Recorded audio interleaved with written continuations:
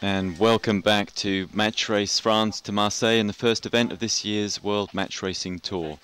We have been under postponement for a while now. The breeze is in, but we talked about a possible wind shift as we were expecting it to come from the west, medium to long term, and it has gone to the right. So the race officer has had to reset the course that he laid for a slightly more southerly breeze.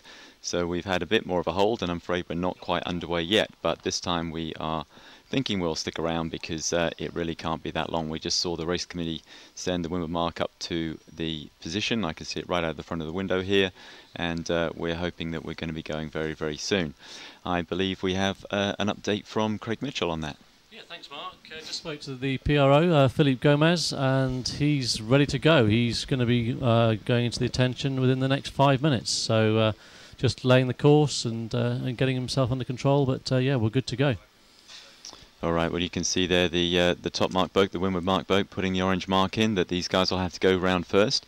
That's the one they'll be heading to. They'll be starting from the committee boat, and we should see a flag come down, the red and white one there at the back of the boat come down quite soon. That's a postponement flag that tells us we're on a holding pattern, and the 7-minute warning attention will go up a minute after that comes down. Now, I think we have Hannah White on the water commentator aboard Flight 3 with Bertrand Passet and Torvar Mirsky. Hannah, are you there? Yeah, I'm good, thank you, Mark. I'm out here, as you say, on board with Bertrand Passet, who and his French crew, and they've all just swapped their normal clothes for their waterproof clothes. So the local Frenchmen obviously thinking there's some breeze in, and since we've been out here, the breeze has definitely increased. We're just approaching the committee boat now, and there looks to be some action, so I would expect to see that AP flag down shortly. So all ready for some action out here. Fantastic. I hope you've got your fowlies with you, Hannah. Sorry, say that again? I hope you've got your oilskins, your foul weather kit with you. Yeah, well, disappointingly lack of, actually, but they're in the support boat, so I can always add some more layers should I need it later on. But it's certainly not cold out here, just a bit splashy. Right, good. Well, you'll be all right for this first flight, and then you can gear up for the second one. I think it's going to be a full foam up by the end of the day. We've got I think we've got another potentially 3 flights here. This is the first of 3 points. Both matches are level. Bertrand Passet level with Torvar Mirsky at 1-1, and Jesper Radic level with Damien Iel at 1-1. So all to play for in both these semi-finals. And that's confirmation there of those results. That was where we got to last night before we ran out of wind and almost ran out of daylight. But I think we'll be going even longer tonight if the plan is to have to get this semi-final and final done today, because we're expecting 45 knots for tomorrow, and we won't be racing J80s, won't be match racing J80s in 45 knots. This has been the plan for a while, or at least a suspicion that we would not be able to race tomorrow for a long while now, and so the committee have been pushing on with the schedule all week, which is why we're in a situation on a Saturday morning when we can actually finish it. Normally we'd be looking at the quarters today. So, Hannah, what's the mood like aboard Bertrand Passet's boat there? Well, you know, actually, they're all in quite a jolly mood. They've just been talking about weight, because obviously a big hot topic is whether I have a counterpart on the other boats, and indeed I do. Little Ben, who is on board the opponent's boat, and he weighs exactly the same as me, so that's all good. And these guys just wondering how much all my kit weighed, how much I weighed, and trying to get everything organised so I stay out of their way. But all seem to be very jolly on board. Okay, and I think they had you on the scales this morning, Hannah, to check that out. Yeah, yes, they did. Thankfully, Ben and I weigh about the same amount, so not too bad. I've got my commentary kit. I've also got my camera here, so Ben's got a little bit of weight to balance it out, but all good. No one's got any lead in their pockets. Then that's a good thing. If you go overboard, that wouldn't be a good look, would it? No. And just for the record, for everybody watching and listening, Ben is very small. I'm not the same weight as a big 6'4" rugby player. So. That rumour was going around the dock earlier on, but I'm glad we can put that to rest. And there it is. That's the postponement down. All right. So that's basically 8 minutes into the sequence. The next flag in a minute's time will be the 7, the one that you can see fluttering at the bottom of its hoist there, the lady with the turquoise top on. That'll come up shortly, and then they'll come down at 6. At 5, we'll get a 5-minute flag, and then we'll get an entry into the pre-start area. One boat from each end at 3 minutes, or just under 3 minutes time now. So it's going to be a great afternoon's racing. I think we could see plenty of action today. We had a bit on yesterday, Jesper Radic and Damien Iel. Peter Gilmore and Damien Niel, both in some pretty full-on matches, lots of shouting, penalties and action. And I think when the breeze comes up, we're going to see a lot more of that this afternoon. It's kicking in quite quickly now.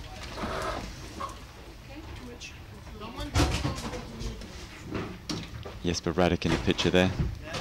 A good return to the tour for him. 4 events last year. 3 finals, not a bad result. There's the 7-minute. First match away will be our featured flight with Hannah.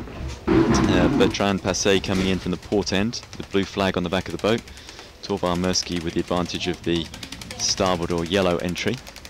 That's the coming from the right-hand side with the right-of-way starboard tack. So he should have a slight early advantage. Torvald actually got himself clipped by the boom in yesterday's second pre-start. He's looking a bit battered and bloody when we interviewed him last night. And I think he was a little unsettled for that race, which was the one that Passé won to level it back at 1-all. Torvald looking very, very dominant in the first race. He also put Alvaro Marino away 3-0 in the quarterfinals. So he's coming into this in looking in very good shape. This time last year, he won the qualifiers as well, but then went out in the quarterfinals. So already a better performance from Torvald Mirsky this year. So they'll be wanting you to keep quiet now, Hannah. Getting into race mode, those guys, getting ready for their entry. Yeah, these guys are just down below having a little bit of sort out of their water bottles, making sure that all their weight's in the right place. And yeah, absolutely, we're straight into this now.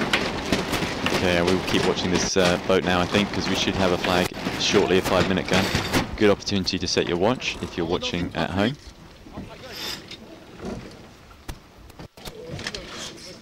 You can usually tell when they're about to do it. Someone stands there and gets their arms ready to hoist that flag. Bertrand Passé, Torvald Mirsky's opponent in this first match, didn't have such a great tour last year. He dropped out of Bermuda and then didn't qualify for the Monsoon Cup, and I think he finished 11th in the end. Mirsky had a much, much better season. Came 3rd overall, but still not as good as his first season, full season on the tour, when he was 2nd. There it is, 5 minutes. All right, a minute till the action starts. Semi-finals, Match Race France, first event on the 2011 World Match Racing Tour. The white flag with a red dot, that's the numeral pennant 1, tells us it's match 1 away first, which is pretty logical, I guess. So,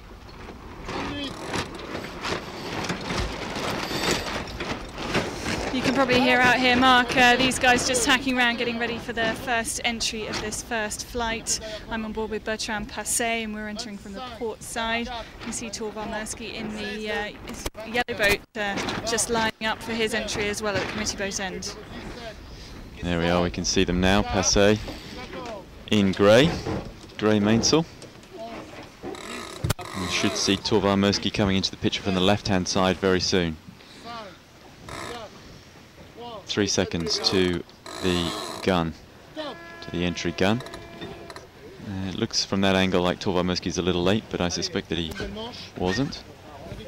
No, look pretty even from where I'm standing, Mark. Bertrand Passé and his crew had a good entry. I think Torvald Mirsky was a little bit late.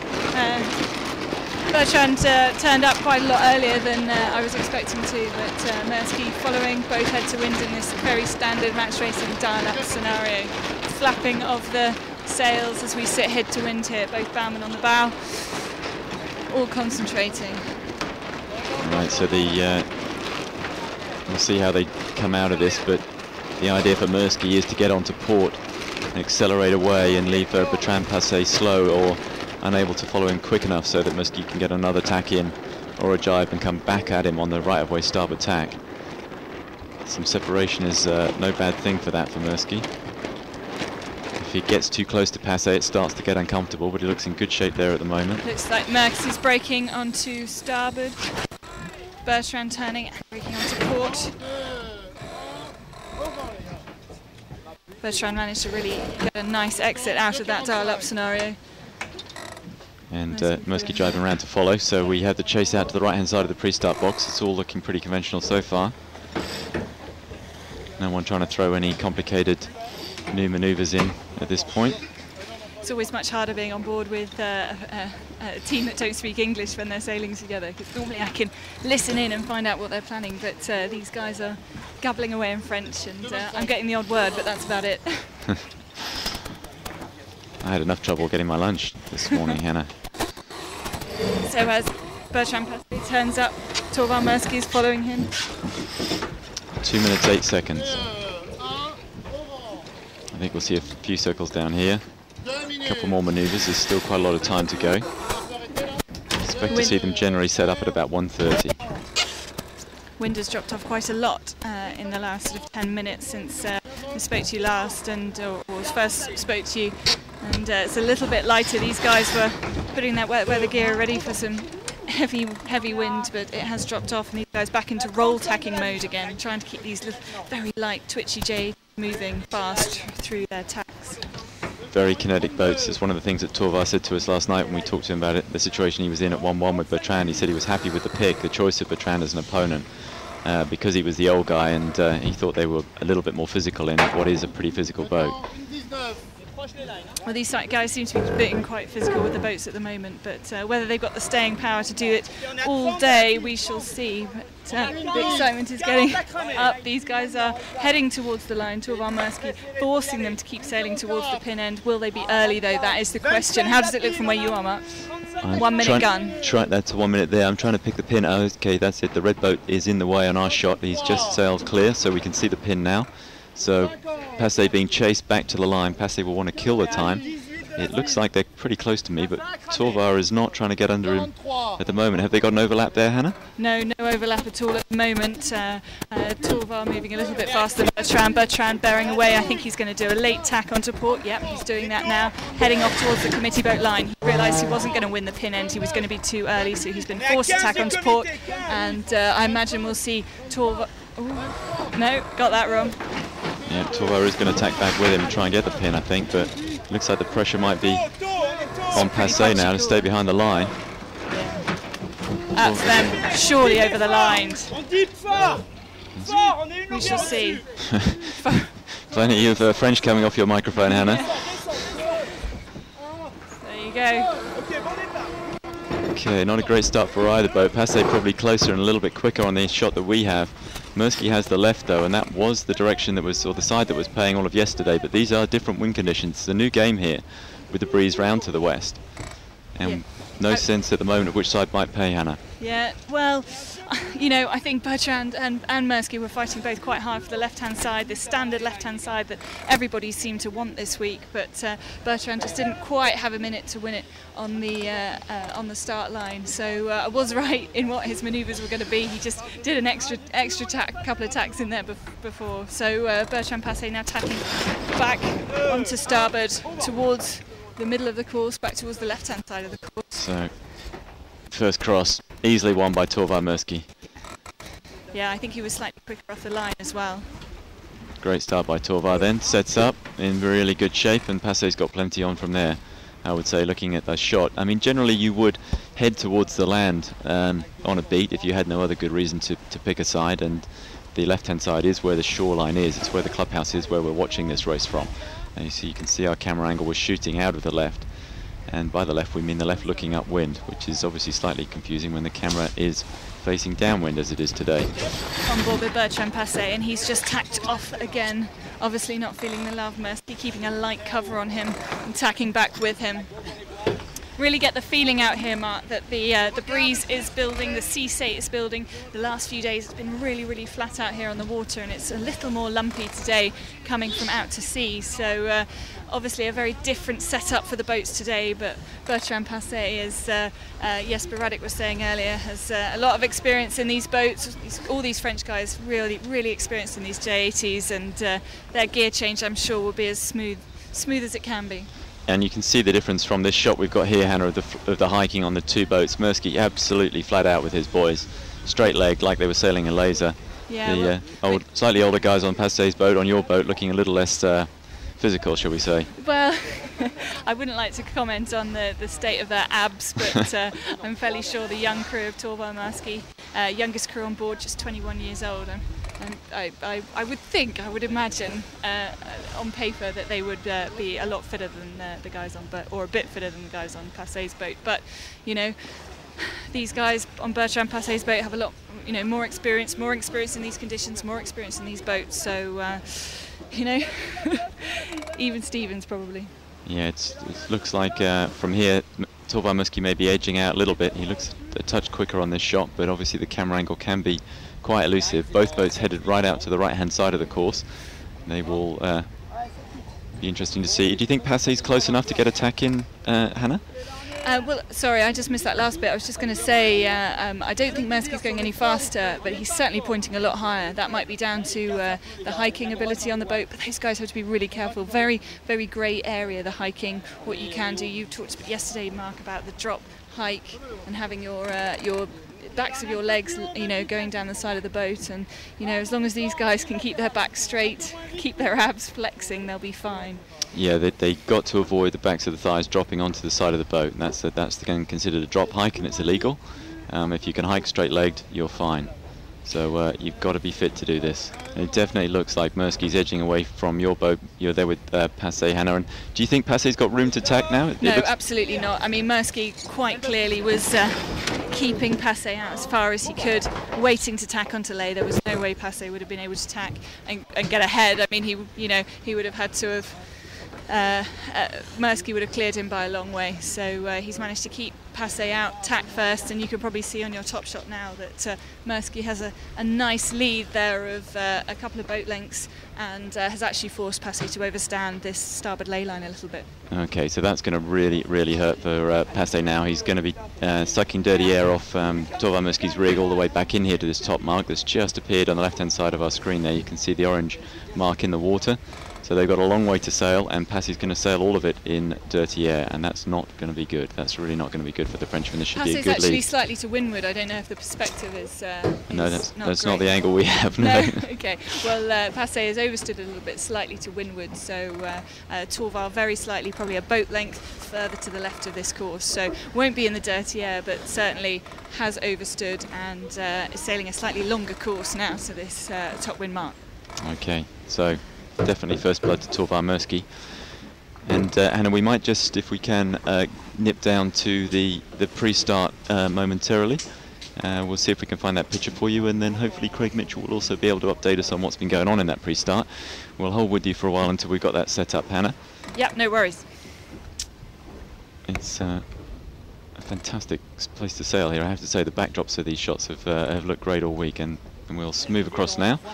Okay, this is the second pre-start, and it's Jesper Radek in red and Damien Yell in blue, and it looks like we've just come off the line, Craig. Yeah, they've just started, and as you see there, Jesper Radek's already crossed behind Damien Eel. In the pre-start, it looked like Damien Eel was giving Jesper a really hard time. Just before we came into vision, the Eel had forced Radek to jibe away from the line. So it's first blood to Damien Eel here. All right, and we're going to get across again quite soon. Damien Eel came back from 1-0 down, lost the first race, won the second one. And we'll just wait with this one for a little while. Then we'll hop straight back to the top mark, where I think we're about to get a rounding with Hannah. So yes, that's a very comfortable cross for Damien Yell, well in control of that race over Jesper Radek. And we'll swap back to the top mark if we can. And we're with you again, Hannah. Yeah, we're just going around the top mark now. Musky did a really nice job of staying high, making that ley line. A very, very good judgment on that ley line. He tacked onto that starboard ley quite a long way off the mark and absolutely nailed it. He did a lovely mark rounding. Bertrand had to bear off slightly, crack his jib slightly just to make the mark, because he was slightly overstood, forced out by Musky, and dropped back into some dirty air and had a slight problem with the halyard on the hoist. I hope that was nothing to do with me, I don't think it was. And now trailing Musky slightly further to the right hand side, looking upwind. To my left now, slightly over in that direction, and probably 3 or 4 boat lengths ahead now. I'm confident Bertrand's English is good enough to let you know if you were the problem, Hannah. If you didn't hear about it, you're probably all right. Here you go. I'm just being told to mind out of the way of a halyard now. These guys absolutely insistent that I stay out of their way, which is good. At least I know a bit about sailing. At least Yes, I know indeed. what to stand on and what not to stand Yeah. on. Take care with this rope when we drop the kites, okay? Because it's the alien. You can just hear that Yeah, bowman on getting the some transport. instructions there. Yes. It's the first time I've been out with these guys, so there's quite a lot of trust involved in this job. Absolutely. And they probably don't know you've sailed across the Atlantic on your own, Foot Hannah. So inside the loop there, okay? Okay, there you we're go. watching down here. So we'll be looking for the next move here. Will probably be the simultaneous jibe. Muskie's got a pretty good lead. He should be able to get out of there cleanly. Are you on his line, Hannah, or No, to not leeward? at all. We're about 3 boat lengths down to leeward at the moment. Okay. And Interesting. trailing. So you have got an attacking position then, really. Yeah, we have. I mean, I was surprised Mersky didn't. Here we go. Here we go. Mersky jibing onto starboard now. Bertrand Passé going with him. Quite slow to respond on Pass's bow, I have to say. It didn't look like they were quite ready for that. Sorry, I missed that. I had Quite slow to react on Passé's boat. They could have jibed quicker there. Perhaps got a more absolutely. aggressive position, a little bit further forward out of the jibe and a bit more attacking. yeah, I would think if the roles had been reversed, Mersky would have responded a little bit faster in that scenario. But Mersky just lining up, coming across, probably lining up with the ley line down for this bottom mark, and then we'll jibe. Expect to see Passé jibe with him, and oh no, Passé's going first, trying to get some clear air. Mersky responds very quickly. Both boats jibing back onto port. Not a great jibe there by Mersky. Had a few twists, a little bit of a twist in his spinnaker. So Bertrand just managed to catch up a little bit. It's probably half a boat length between them now. Mersky slightly to windward. Mersky obviously keen to defend the right, so he comes back at Passé each time with the starboard tack control. Put the immediate jibe in, reacted much faster, but perhaps didn't do quite such a good jibe. I mean, those are the downside and the upside. A quick reaction can often cost you a little bit of time if you don't get the jibe in perfectly. Perhaps going into it a little bit more slowly and being a little bit more organised for it, as Passé was when he responded to the first jibe. Yeah. He did a slightly better job and came out of it in pretty good shape. Looks like you're still down to leeward there, Hannah, so still in attacking position. Here we go. Mersky's jibing back. Bertrand following onto his line. Where And are they're you relative to continuing the for ley now. line, Hannah? Sorry, Mark. So- Yep, driving back now. Both boats on ley line for this now. All right, so Mersky should from there round pretty comfortably ahead. Yeah, you can see his jib going up now. Our jib going up too. Mersky jibing back. Doing a nice jibe drop there.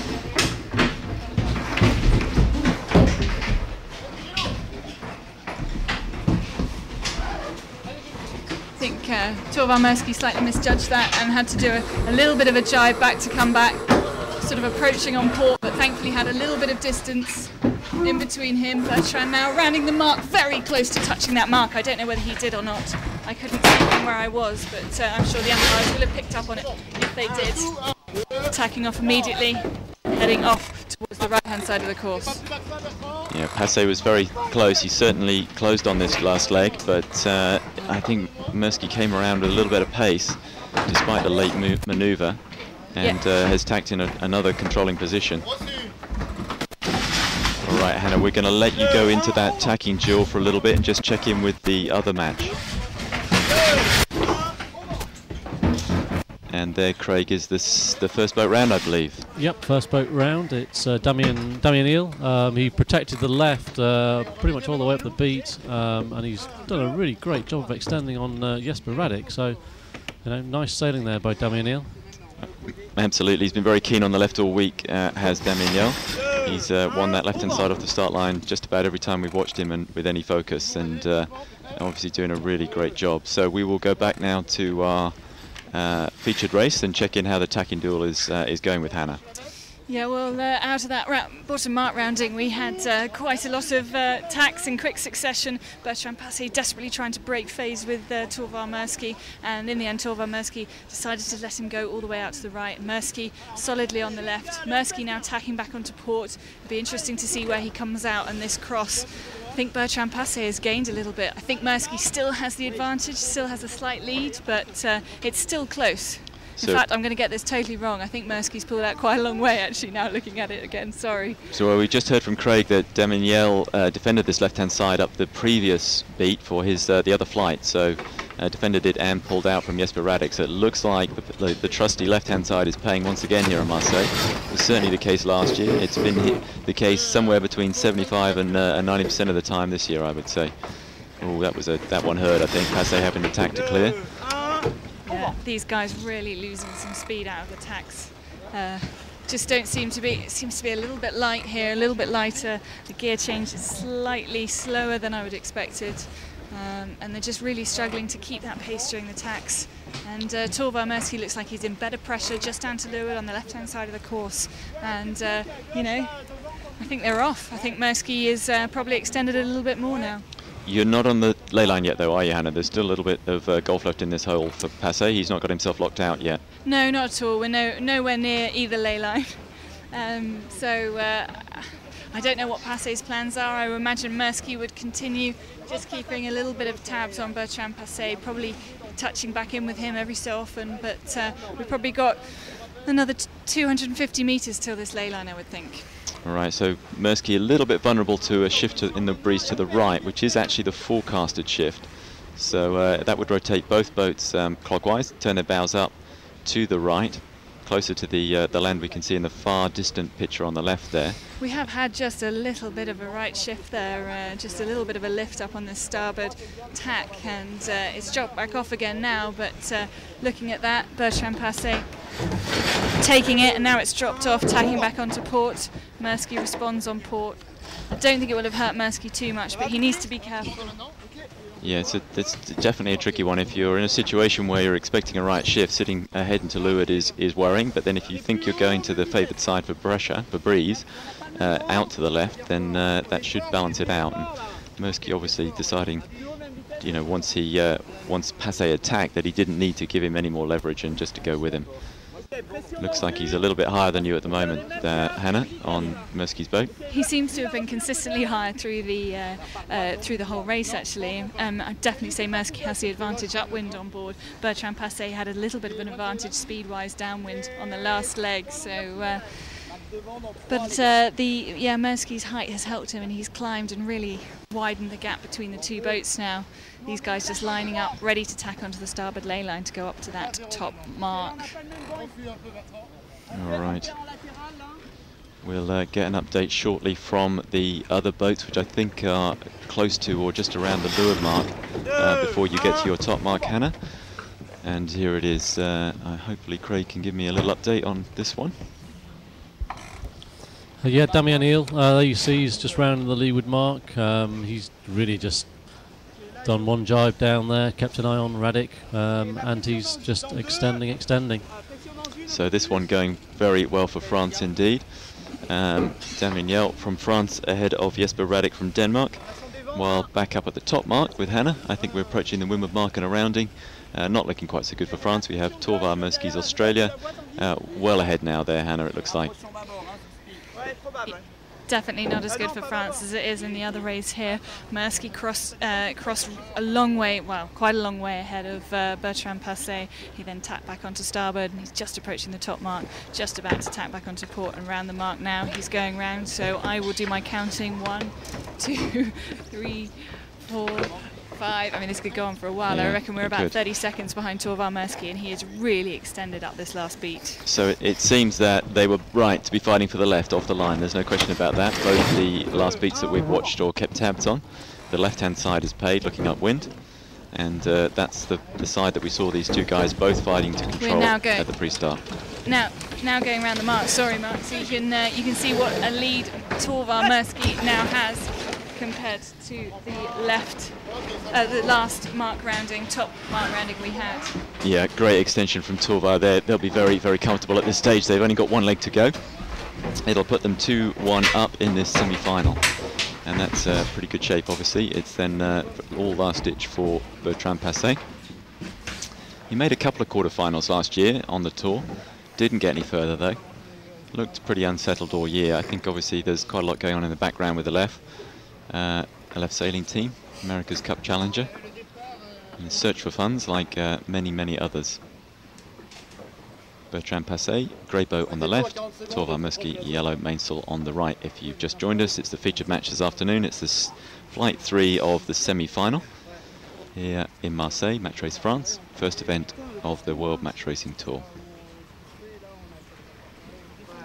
Now we'll go back down to just get a quick update again from the other match, as it's looking fairly settled where you are, Hannah. Yeah, absolutely. Bertrand and his main sheet guy just having a quick chat now. Looks very much like they've accepted the fact that this race is nearly over and Mirsky has the advantage. But the breeze is definitely getting softer. Mirsky looks very soft over to our left now on the right-hand side of the course. So I don't think it's too soon for Bertrand to give up, but not much left for him to do now.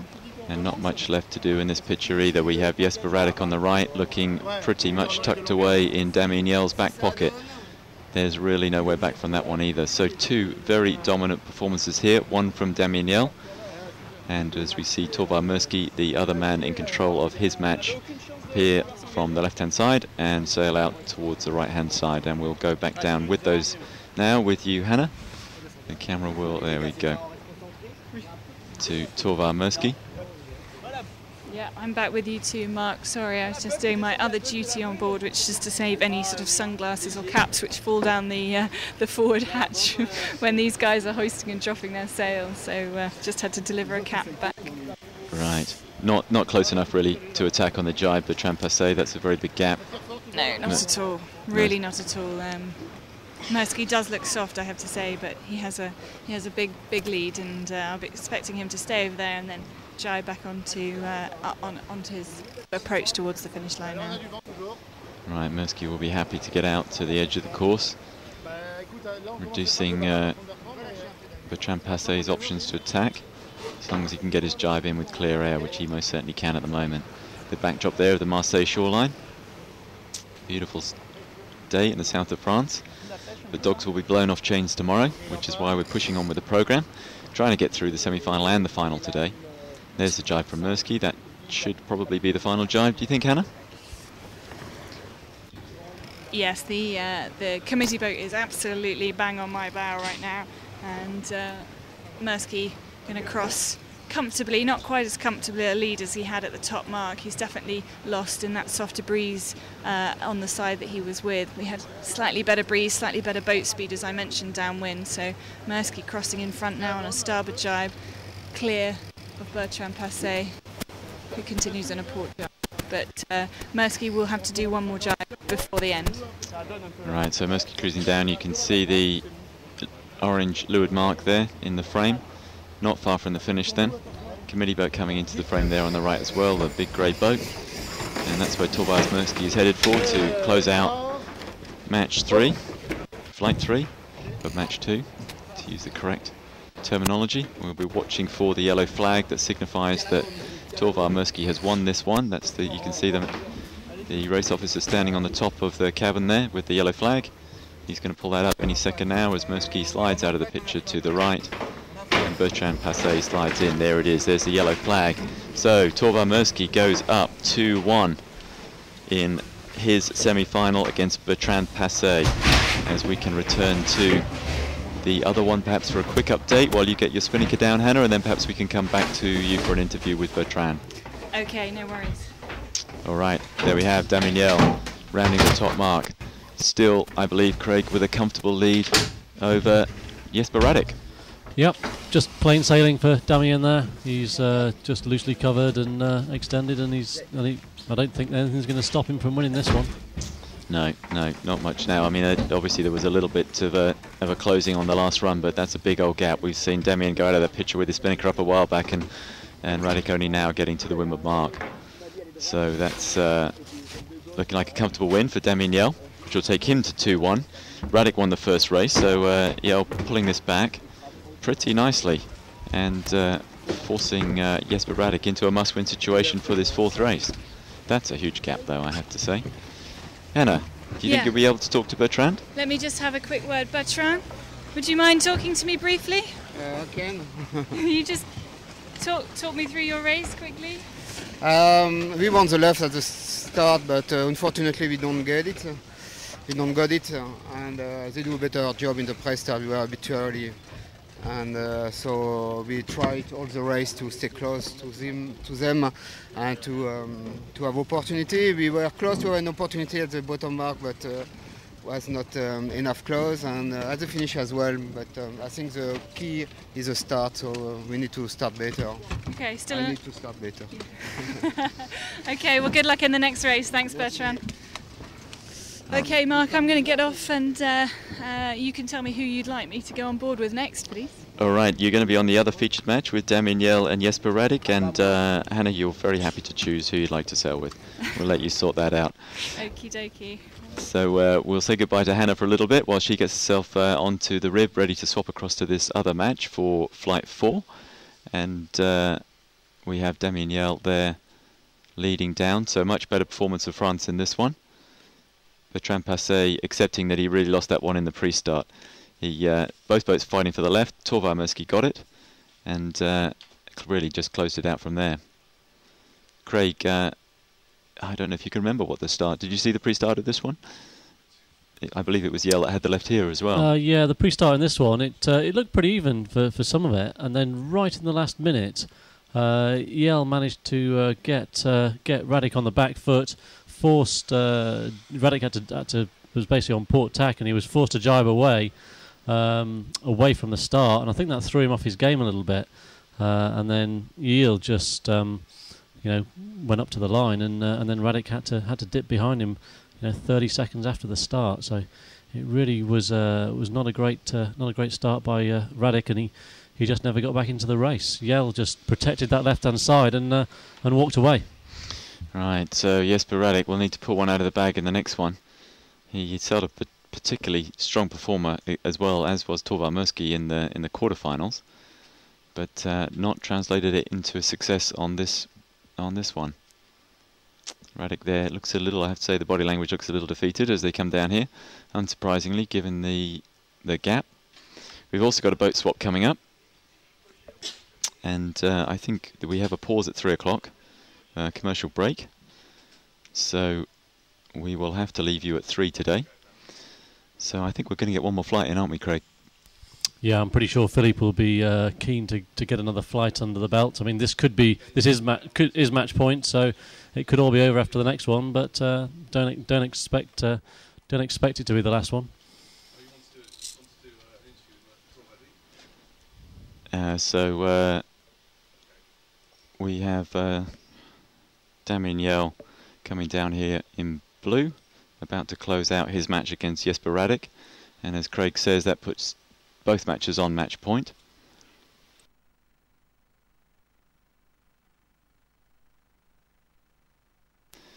So I think I'm just hearing that Hannah has managed to get aboard with Torvar Mirsky for a quick interview. Hannah, are you there?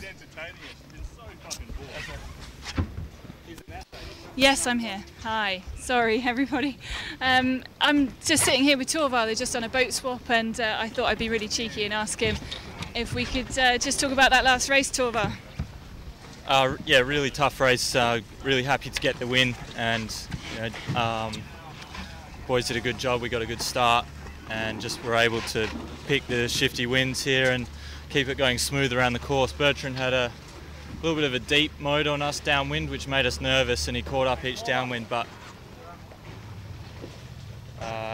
just happy to get the win and looking forward to the next race. Okay, cool, Torvar. Thanks. So, I'll leave you to it. Good luck with the next race. If you have a moment, Hannah, I don't, it's too late. Okay. No, you can. I'm still here. I was just going to say, he definitely wanted the left. Is that the side he's picking at the moment? Torvar, you definitely wanted the left in that last race, didn't you? Yeah, we wanted the left. There you go. Okay, you're all right. There we hear confirmation. So the left is still paying, at least as far as Torvar Mirsky is concerned. And Hannah will now have to get off again and choose her new steed for the next race. And as we watch the camera boat come aboard to take Hannah off Torvar Mirsky's boat and put her on board with either Damien Yell or Jesper Radic, I suspect we're getting close to a finish if we haven't already had one on that race.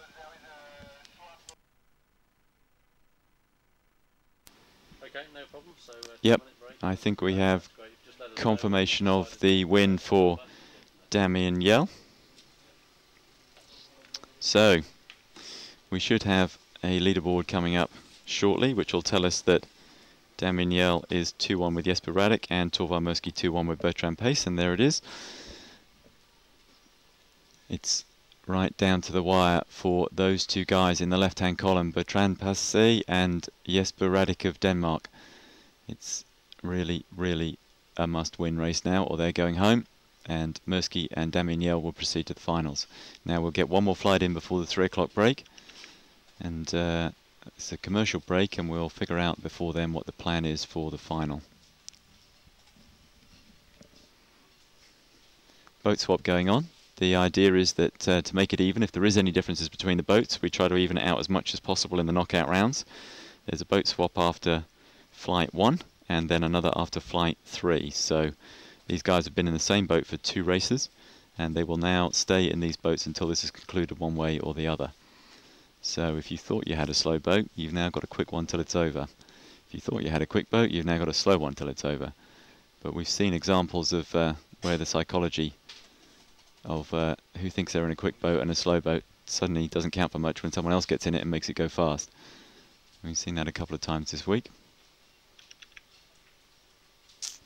I can tell you a little bit about some of these sailors. Torvar Mirsky, all the way from Australia, the Wave Muscat racing team. As I said before, 3rd on last year's tour, 2nd the year before that. Definitely looking for the title this year though. The 2 guys that were above him last year, Ben Ainsley, world champion, now in search of an Olympic gold medal in the Finn, which would be his 4th, a very historic 4th medal, because it would finally extend Paul Elstrom's record of 4 golds. Ainsley has already got a silver as well, so a 4th gold would give him a bigger total, which would be something, quite something, after that record has stood for 50 years, and that's why Ainsley has left us to go and sail the Finn. Matthew Richard will be back to the tour shortly. He's sailing RC44s this week in Austria. He was 2nd last year. Very, very intense approach to the tour last year. Trained before virtually every event, or certainly every restart after every break.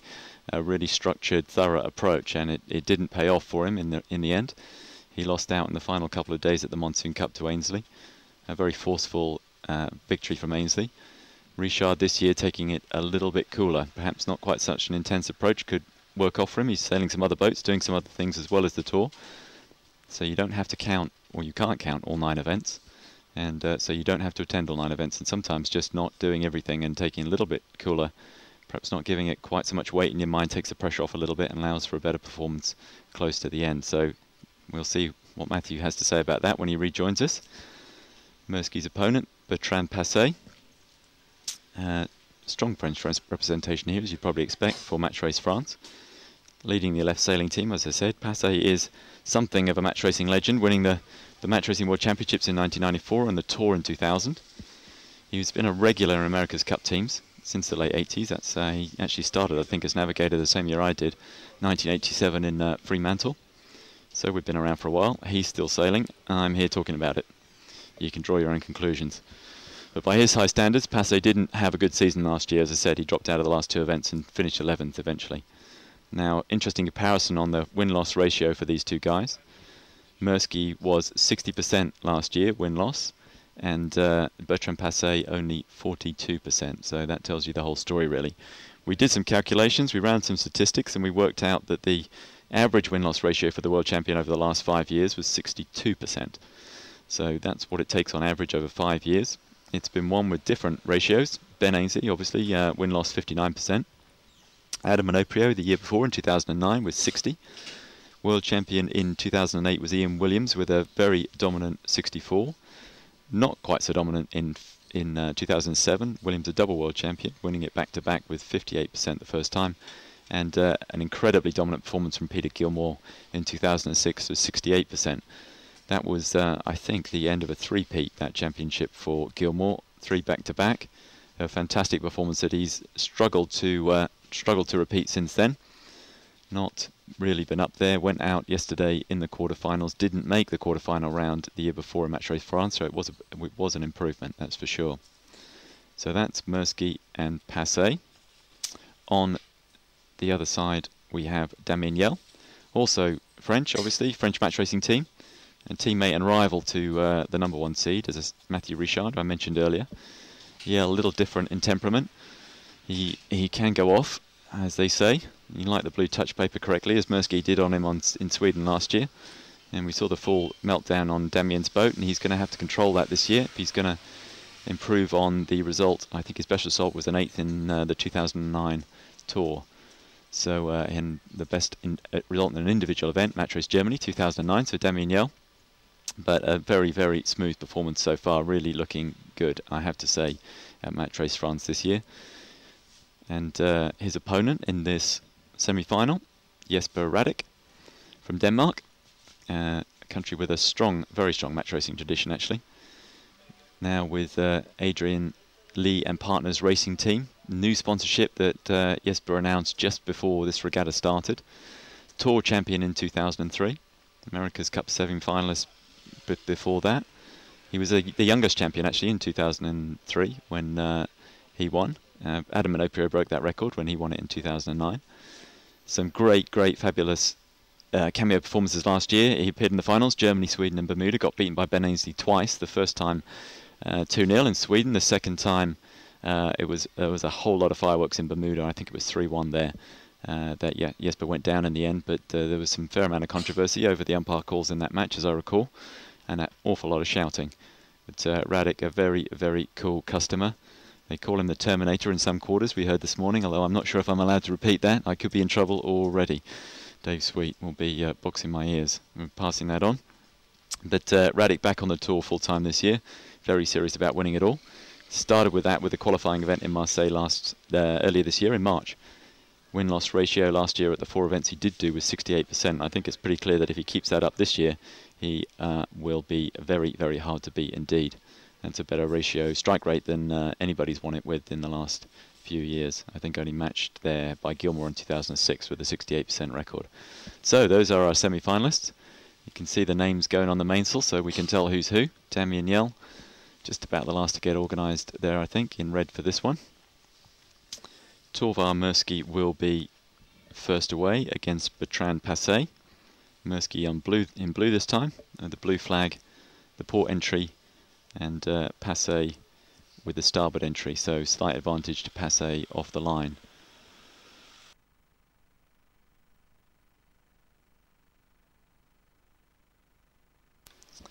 Alright, if you want to get in touch, we have lots of ways you can talk to us. I know it's a Saturday, so maybe if you're on mobile you can do it on Twitter at WorldMRT or use the hashtag #WMRT. Facebook, www.facebook.com/World Match Racing Tour, or on email for those of the Flintstone generation, it's tv@wmrt.com. Do get in touch. You can chat with Rachel, and she has some stuff for us already. Yep, on Twitter, @Benny Blake tweets, "I'm loving listening to your commentary of WMRT and hope this Mistral won't affect your coverage." And on the blog, Trudy says, "Go, go, go, Damien. You are really making my day in the office. Excellent." Also on the blog, we put a poll to our readers asking who they think will win Match Race France. And so far, Yell has 42% of the vote, Radek has 33% of the vote, Mirsky has 25% of the vote, and poor old Passé has 0% of the votes. Ooh, that's tough. The Yell blokes are not getting much love, really, here today. Okay, so I also hear, I think we have Hannah on board now, and we can get an interview about that last race, perhaps, Hannah. Yeah, can you hear me? Hi, yes. There you go. So I'm on board with Damien Yell. He's 2-1 up in the semi-finals. Just going to say a quick hello to Damien, who's just putting some suntan lotion on. Damien, going well?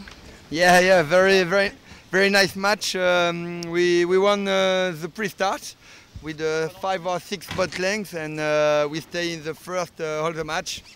And a very nice match, perfect.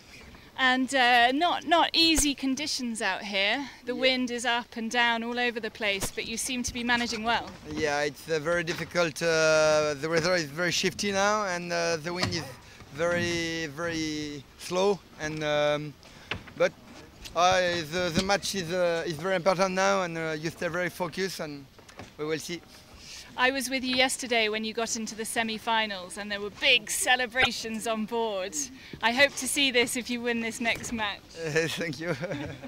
Okay, that's Damien Yell. I'm going to let him get back to his preparations. All his crew getting ready for what could be their last match of this semi-final against Jesper Radek. So we shall see. I shall keep you posted, Mark. So they closed out the quarterfinal yesterday with you on board, Hannah. Perhaps you're a lucky omen for them. They did. I even got a kiss off one of their crew members yesterday. So and I a have to hug. watch out. Who knows what will happen if they get through to the finals. And a hug from Francesco Bruni, I believe, all in one day. I know. I got the best job in the world, haven't I?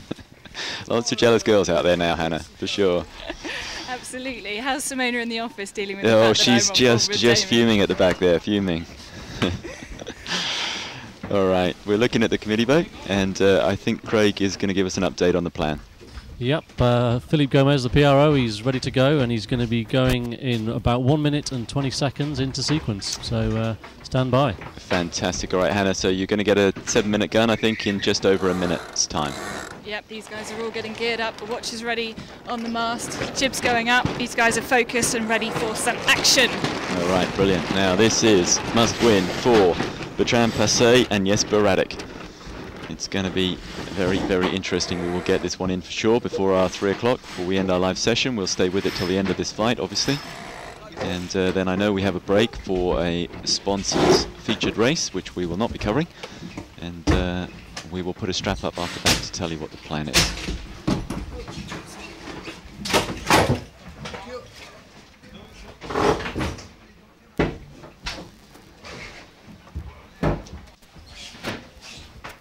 I'm waiting for the gun here. 7 minutes coming up if you want to set a watch. And you can see it fluttering at the bottom of the mast when it reaches the top. The lady who does the flags, Mark, has got her arms in the air ready to hoist, so stand by any minute now. We've got a great shot of it, Hannah. There you go. There you go. Live commentary from our French bowman there. He seemed to know exactly when it was going up. I guess it's gone on 1440, so he must have been anticipating the fact it was going to go exactly on the 0 seconds of the GPS time there. Yeah, these guys are all over it. So they just did a little time and distance into this pin end. Obviously, these guys, are they entering from the left-hand side? Sorry, I should know, being on board and everything. Yeah, there's a flag on the back. It should be a blue. You're with Damien, right? It's a blue flag, there yes. You go. Yeah, sorry, I had 4 Frenchmen standing in the way. I couldn't see the colour of the flag. And I have even got the right colour bib on, which is fantastic. Yeah. It's amazing. What Well a miracle. done. So you and Ben working together there. Right bibs, right colours, right boats. Perfect. So these guys just doing a little head to wind now. See the wind direction, try and see some bias on the line. Not much in the way of compasses on these boats, I suspect, though. It's not really a compass kind of sailing, is it? No, absolutely. It's all about the opponent. Absolutely. It's all about the opponent. It's all about these guys obviously just being good enough to win. But I think it's all about the pre-start, Mark. Yeah, I'm confident we're going to see a big battle for this left-hand side again. Damien, I'm pretty confident will want it badly. So we're 40 odd seconds away from a 5-minute gun, and then another minute from the pre-start entry. Damien Yell will be in the red boat, the red mainsail, with Jesper Radek in blue.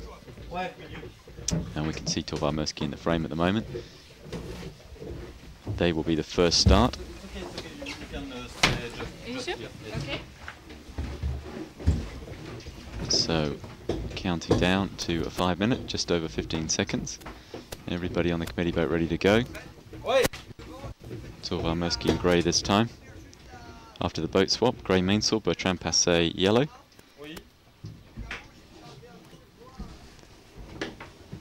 And there it is, that's the 5-minute gun. Alright, a minute for the entry. Murski coming in from this left-hand side. Passé with the yellow mainsail making his way out to the right to enter from the committee boat end. Anna, I don't know what sort of view you're going to get from this. I suspect that Damien will be interested in watching this pre-start to see if he can learn anything from it. Well, I will tell you in a minute, but right now I'm just down below, just sorting out the boat, helping one of the crew members who's just moving fenders around, a few bits and pieces. So shortly I will stick my head out through the hatch and let you know what's going on. All right, well, you let us know when you're back with us. Here we go, housekeeping finished. Excellent, all Right. tidy down there. There we I'm go. not going to make some smart aleck remark about girls and housework, or I get my ears boxed when I got the amount home. of boats I've got on, and they've gone, come on Hannah, where's our cup of tea, as I nip down Yeah. below and sort myself out. So. unreconstructed males in this sport, Hannah. Absolutely. Not many metrosexuals around. No. Nope, so there you go, the 4-minute flag, and you can see Torvald Murski entering from the port side. And nice entry there by both boats, actually. It's going into another standard dial-up. Yeah, Murski luffing into the wind. Bertrand, quite far back on him there, which... Yeah, I think he was a little late entering, actually, and Murski really used that to his advantage. Murski now just slowing himself down. So better timing on the entry by Murski, a good way to offset some of that disadvantage of the port hand start. Still in the dial-up at the moment. Murski, grey mainsail in the frame.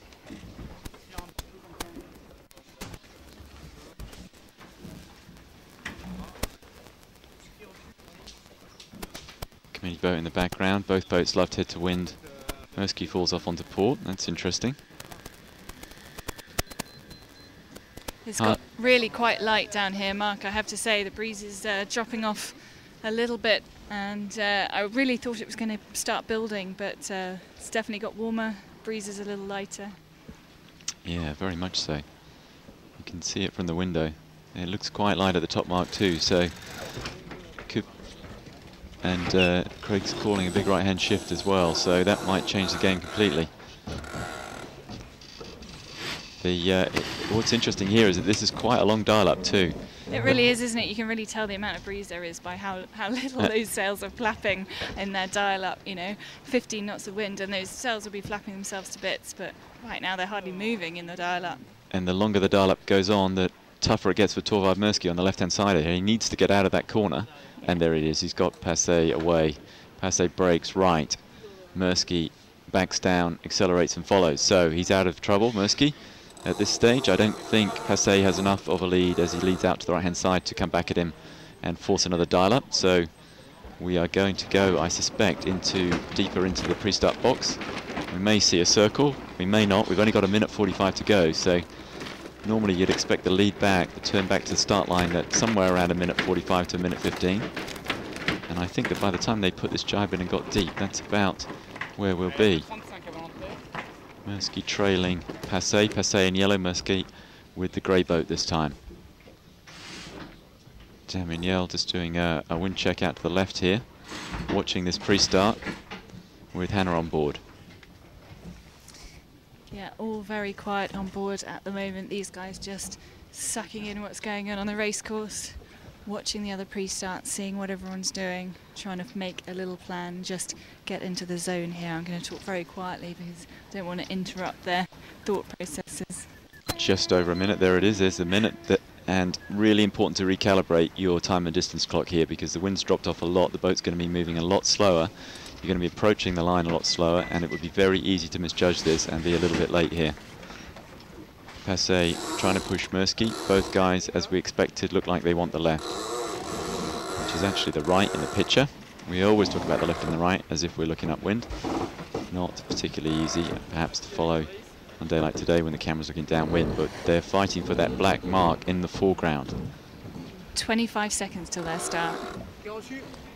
Much, much slower pace of action now, the wind dropping off. You can see that wind surf in the foreground, not exactly the full chat plane. Passé above the committee boat, turning down now. 10 seconds. Acceleration also from Murski. I don't think Damien Yell is in the way there, although he looks like he is in this frame. Both boats turning up for the start. How does it look from where you are, Hannah? Yeah, a very tame start really from both boats, so there wasn't much of a battle for the left-hand side. I mean, Murski got the left, but definitely wasn't pin end. It shows there wasn't a lot of or any bias on the line. It doesn't look like it at all, and their start would indicate that. So very much just a sort of standard, quite dull start, really, Mark. Well, it's a boat speed race right now. Passé and Murski. Passé must win this race to stay alive in this competition. He has to find a little edge of pace here.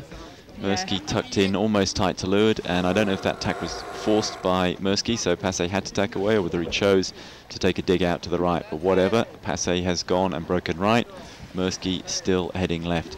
Passe has, as you say, tacked over to the right and actually stopped dead in the water. Mersky has a huge amount of pace on Passe. I don't actually think he's moved since he's tacked. I don't know, he's just tacked into a massive hole. He's only starting to get going now, and Mersky is off. So massive split here, and you will see, I would think, if it continues like this, a large lead from Torvald Mersky. Yeah, you can see in our shot, Passe's guy slowly moving to the windward side, the left-hand side of the boat as you look towards the front of it to balance the breeze. Mersky was already hiking much earlier on in that shot. All right, we're going to come back to you, Hannah, and the dial-up. It looks like you're into the dial-up of your match. Yeah. Slightly missed our entry there because I was looking at the other match, but just sitting here in our dial-up situation.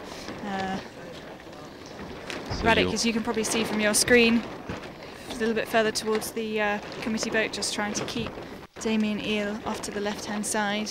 Eel obviously can't do anything really until he forces Radek out of this situation.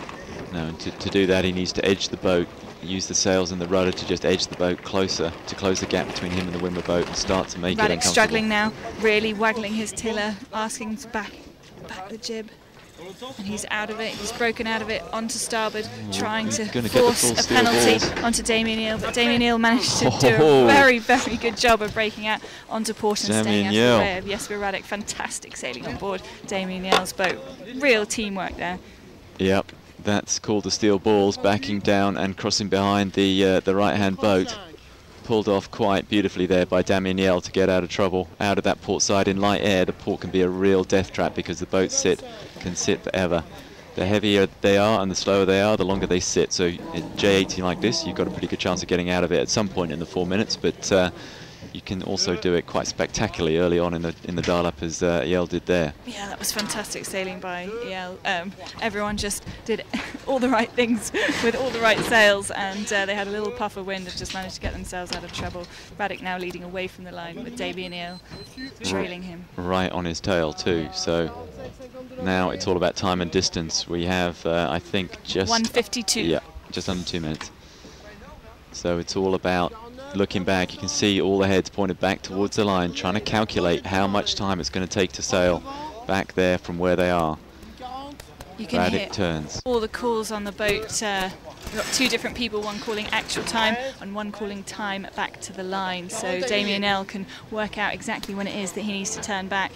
These guys having to change their judgment all the time, depending on the conditions, depending on the angle that they're going to be sailing back at. Jesper Radek right on Damien Eel's tail now. Damien Eel trying not to let him get an overlap. So Radek pushing. He wants to get his bow into leeward of the boat ahead of him. Still no overlap. Ooh. In light air, it usually pays to lead. Jesper Radek really pushing hard now, really trying. Damien Eel, I think he's got a overlap now, has he? 1 minute. Still no overlap. Oh God, that was close. Jesper Radek. Radek needs to mix it up a little bit here. He needs to put the pressure on Eel. Eel's got the left. He's got a 2-1 lead. 45 seconds to go. Going for acceleration again. 35 seconds to the line. We're pretty close to the line now. They'll be wanting to kill a little bit of speed. 30 seconds to go. Jib's going down. Trying to kill some speed. Wow, that's pretty punchy. Forcing Jesper Radek out. Jib goes back up. Damien Eel looking to put a tack in before he gets to the committee boat. He's going to do a fantastic job of sailing Radek out. This is absolutely fantastic sailing by Damien Eel. Backing the jib, sailing down the line towards the pin end. 10 seconds to go. Radek forced out behind the back of the committee boat and having to tack back round. And here we go, 1 second to go. And that's us across the line. Damien Eel, really, really good start, but Radek managed to squeeze his way out of it. If that move had been done 10 seconds later, then Radek would have been in a lot more trouble than he was. But actually, as it was, he's not looking in too bad a shape considering. So Damien Eel with what we call tight to leeward. He looks jammed, at least from this angle, Hannah, under Radek's bow, and that he should be able to force Radek off to the right there. Is the separation as close as it looks in our picture? No, it's not that close. They've got about a boat length between them, I would think, and Damien a little bit extended. He's going to use this bottom mark to separate them a little bit, I would think. Damien Yale just looking to squeeze up a little bit, and Radek having to tack off. He couldn't live there. Yeah, that's boat length isn't much. Not enough clear space usually to hold that windward position. So Yale gets tight to leeward and forces Radek away to the right. Damien Yale loves this left-hand side. It's been working for him all week. I suspect we will see him extend a little bit this way and look to back his hunches here. A lot of chat on Damien Yale's boat at the moment. Every boat is so different. The amount they communicate, the amount they talk, the amount they discuss everything. Some boats are so quiet, and these guys talking a lot more. But we're just sailing past Passé and Mersky, and Passé has a comfortable lead over Torvar Mersky at the moment, coming down that downwind leg. All right, we'll just get a little update on that one from Craig Hanna. Yeah, we saw Passé go out to the right there, and Mersky, kept on the left, which has been paying all week, but looks like this breeze is paying on the right, because when they came back together, Passé was ahead, and he rounded about 5 lengths clear, so it's not over yet for Passé and Mersky. Passé's got a nice comfortable lead there. All right, that's sensational. So are we going to see a turnaround in our match, Hannah? Are you actually going the wrong way? That is going to be... Well, we've just tacked back onto port over towards the middle of the course, and we're coming up to our first cross with Radek. So how does it look? Are you going to make a call for us? From here, it's going to be close, but I think Yale has it. All right, so Yale coming in on port. He'll need a slight edge to either put a good strong lee bow onto Jesper Radek or to cross clear ahead and take the right if he's decided that he'd rather have the power of the right at this stage than the favoured left-hand side. It's just sailed into a little bit better breeze, which is probably why Damien chose to come across, and so I think Damien might be forced to tack. I don't think he'll be clear ahead. Not quite. It's going to be ever so close. Nope. It's coming up, and he's going to have to lee bow tack Radek. All right, so Radek here will be looking to come into this really fast, into this exchange, get good pace on board. He has to luff up and try and hold that windward position now. If Radek can stay there, if he can hold that position, he can get the game out to the left, beyond the ley line, and lead Damien Yale back to the top mark.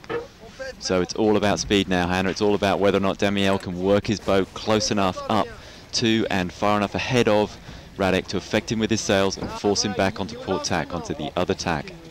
Yeah, just looking at now the bowman calling height and speed comparisons against the other boat. Damien definitely much higher than Jesper Radek. Speed's about the same. Really close the gap now between them. It's very, very close. Probably 2 meters separating the boat now. Damien Yale significantly higher and faster at the moment, and really slightly pulling out on Jesper Radek. Where are you relative to the ley line, do you think, Hannah? How far to go on that starboard tack? Not far. Mark's just come into the picture. Damien's coming right up headwind, forcing Radek to tack off. Both boats tacking off. Right, now the game switches. Damien will want to do the same thing to Jesper that Jesper was trying to do to him and get him out to the right-hand side of this mark, the right-hand side of our picture this time. Hold him all the way out there, past what we call the ley line, the path back to the top mark, and lead around. Yep, Damien Yale now tacking back onto starboard to the ley line. These guys really having to roll tack the boats now as the breeze gets lighter. We could have a bit of flag action up the top here, Craig, I think. He's got the binoculars out. Damien Yale staying really, really high on this starboard tack, sailing nowhere close to the buoy that they've got to go round. Almost head to wind now on a starboard tack. He needs to keep Radek out of the zone if they get into the 2-length zone with Radek overlapped. And he's going to make a quick dash to the line as he sails away from Radek. Radek following in hot pursuit, but not as quick to accelerate there. Yale trying to break the overlap basically before they entered the 2-length zone so that Radek couldn't round inside him, and it looks like he's done it. He really has. There's almost a whole boat length between them now. He's done a fantastic job of doing that. Beautifully worked from Damien Yale. Great vein of form this week from the Frenchman. Very confident this morning and last night. Well, I have to say, so was Jesper Radek, but right now it's Damien Yale that's turning that into performance as he goes round ahead, just a length in it, I'd say. Just a little panic on board Damien Yale's boat there as their spinnaker nearly touched the mark. but they managed to get out of trouble with that one, and a nice mark rounding Spinnaker up, and now probably a boat length and a half, nearly 2 boat lengths ahead of Jesper Radek. These guys, there's really an air of control and of teamwork on this boat. You said earlier that Yael sometimes sort of lost his cool, but he seems very cool, very confident at the moment. There's a lot of communication going on board, everyone involved, and it's a very positive atmosphere on board at the moment. Absolutely, a new tour card holder this year. We'll be seeing a lot of him on the World Match Racing Tour in 2011, and looking like it's a very good choice to have him on board right now. He's about to take down Jesper Radek, who is one of the favourites coming into this year's tour, 2003 champion. And we just saw fade out of the picture to the left there. We just track upwind, I think, with that one for a little bit and just see what the situation is there. That's another tight one. Bertrand Passé in yellow, Torvald Muskie in grey. Craig. Yeah, up that beat, Passé was keeping his backing the right again. I mean, he gained on the right on the first beat and took the lead, so he was protecting the right all the time. And I think Muskie there just didn't want to go round Passé's transom, so he's tacked below him. So that's, Passé has it under control there. All right, so Passé could pull it back to 2-all. And if Damien Yael wins his, we have every chance of an all-French final at Match Race France. That would be quite something. All right, Hannah, we're back with you. And still tracking down wind here on port. Yeah, we're on board with Damien Yael as he leads Jesper Radek in what could be his final match of the semi-final. If he wins this, he will go through to the final. So all very exciting. A lot of communication on board, a lot of chat on board. Jesper Radek probably 2.5 boat lengths behind now, just sailing down, and Damien Yael's in his breeze basically. But Damien Yael keeping his pace on, going for the jibe, trying to break clear. Yeah. Jesper. The simultaneous jibe. Starboard, getting into some clear air. Jesper decides to continue for a little bit. Okay, that's interesting. So Jesper deciding he wasn't close enough to attack on the simultaneous jibe. He's just gone in. So this is a jibe onto lay now. The umpires and race officials blowing a whistle. You can't quite see what their flags are because they're. I'm not in the right position. The jib's going up. Don't know if you can get a close-up on your camera to see what the umpires are saying. It might be a change of windward mark. I think so. The big right-hand shift. You were on port an awful long time there, Hannah. There was very little starboard on that course. As Craig pointed out for us, there's been a big right-hand shift, so I think we can expect to see yourself going to a mark to the right, an alternate mark to the right. So Spinnaker's down on board with Damien Yael, and they're off on their second windward leg. Jesper Radek now just rounding the mark. Damien Yael now with a 4 or 5 boat length lead over Jesper Radek. All right, Hannah, we've just got Craig here with a little update on that course change, I think. Yeah, the course change. The wind has gone a little bit right there. The red flag means that you sail to a mark the same colour as the flag, so the change mark is red, and that's why they put up the red flag with the change of course flag. All right, so we're looking for a red flag out to the right, Hannah. That's where you're going. Okay, I'll keep my eyes peeled. Right now, it's not important that I keep my eyes peeled, though. It's important that these guys on board with me keep their eyes peeled. We've certainly seen that one a few times on the tour where guys haven't seen the course change at the bottom mark and have gone around the wrong one.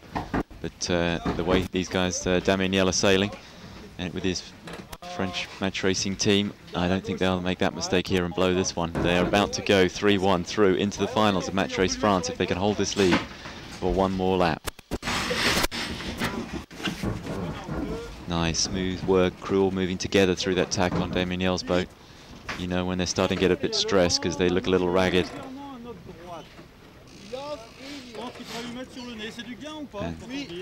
Breeze is definitely dropping out here, Mark. It's getting very, very light now. I think the race committee will be very pleased to get this semi-final wrapped up and a finals decided before the mid-drow breeze fills in a bit later. Yeah, the problem is that Passé is about to go 2-2 with Muskie, so they'll have one more to do, which we'll have to do. I mean, we've got a break anyway between 3 and 4, something like that for the sponsor race, and then they'll come back in. It looks like we may have one more race of the semi to do.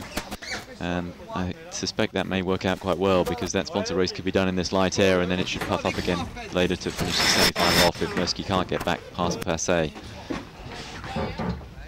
Now we'll just, Hannah, we're just going to go down and have another little look at Mirsky going around the leeward mark here as they approach. Mirsky in grey, Bertrand Passé in yellow, and I don't think they can be that far from the finish. Absolutely, so this is the finish. I was forgotten that they were the first match away. Passé is about to pull this back. There's the leeward mark, so yes, indeed. Bertrand Passé, great performance. Back to 2-2 to put the pressure on Torvar Mirsky. Mirsky's held the lead twice now. Psychologically, I'm not sure whether that gives you the advantage, the fact that you could have closed it out but didn't, or the fact that you've held the lead twice. But both these guys are going to have to sail one more race to settle the finalist of Match Race France from this side of the draw. Bertrand Passé in yellow, tracking down the committee boat, appearing in the screen.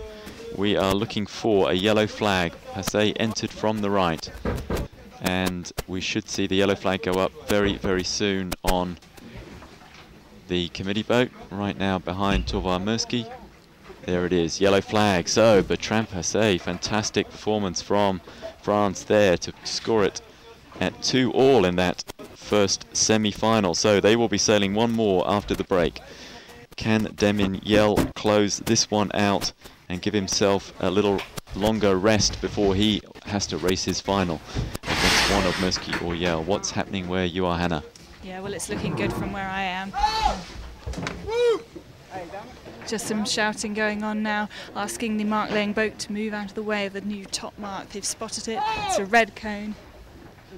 Just trying to get these boats out of the way. No doubt, really, that Damien is extending there, Hannah, from our shots. Is that how it feels on the water? Sorry, say that again, Mark. It looks very clear that Damien Yell is extending. Yeah, up absolutely. This. He's done a really good job of sailing these shifts up here.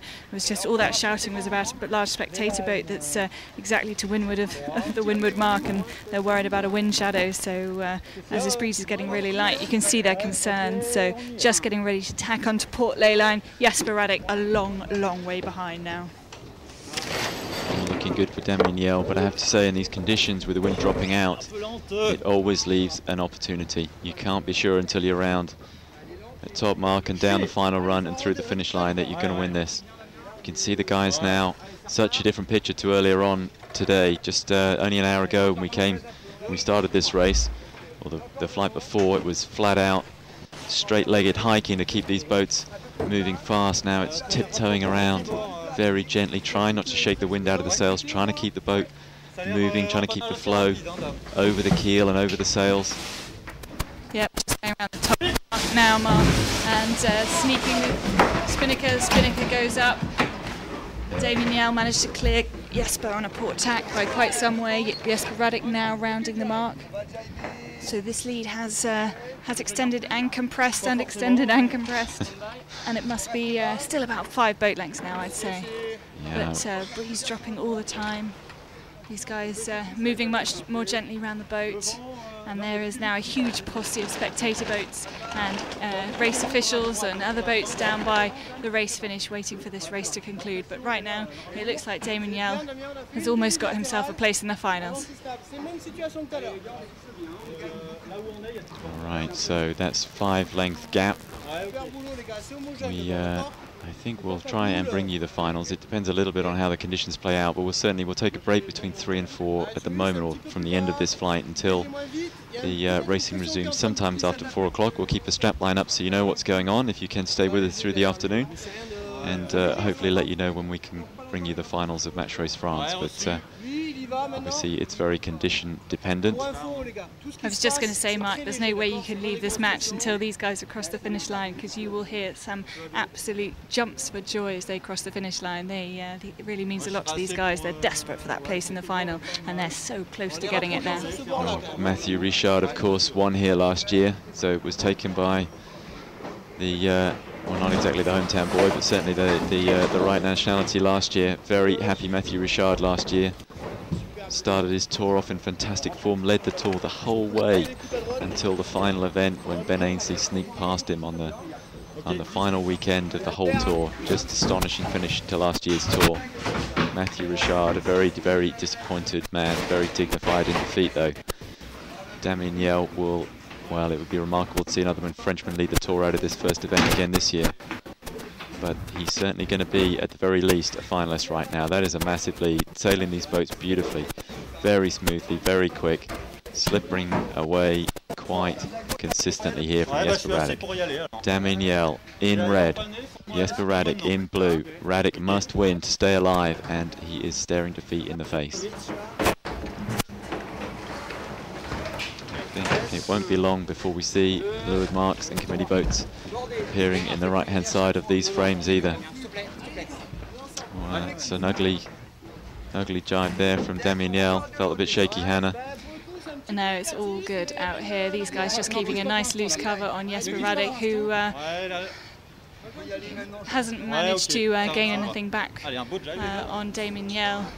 Damien Yell just jibing back, as I said, once again, just to keep a nice loose cover, keep between Jesper Radek and the finish line, which is rather close now. And really don't think there's anything left for Jesper Radek to do. And these guys have just got to contain their excitement to cross that finish line, and then the celebrations can start. There it is, there's the lured mark, committee boat as we track right, coming into the frame. Damien Yell in the red boat, blue flag on the transom, expecting to see a blue flag on the committee boat when he finishes.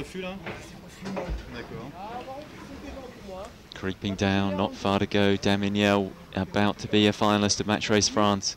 Fantastic start to his tour, his first full year on the tour as a tour card holder.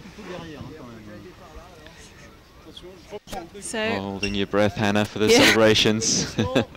it's all good on board. We're just about to go to the final jibe and cross the finish line, and we have almost, as that blue flag gets raised on the committee boat any minute now, we will have our first finalist in Match Race France. Yes. There it is! There it is. Yay!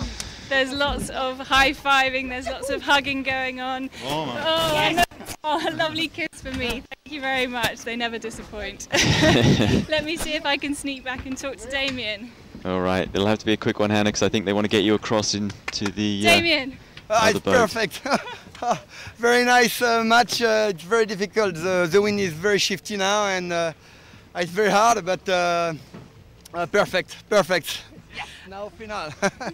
Yeah, he said yes, now the final. So a very, very excited Damien Yell as he hugs his crew members, high-fiving everyone. Are you guys happy? Yes, yes.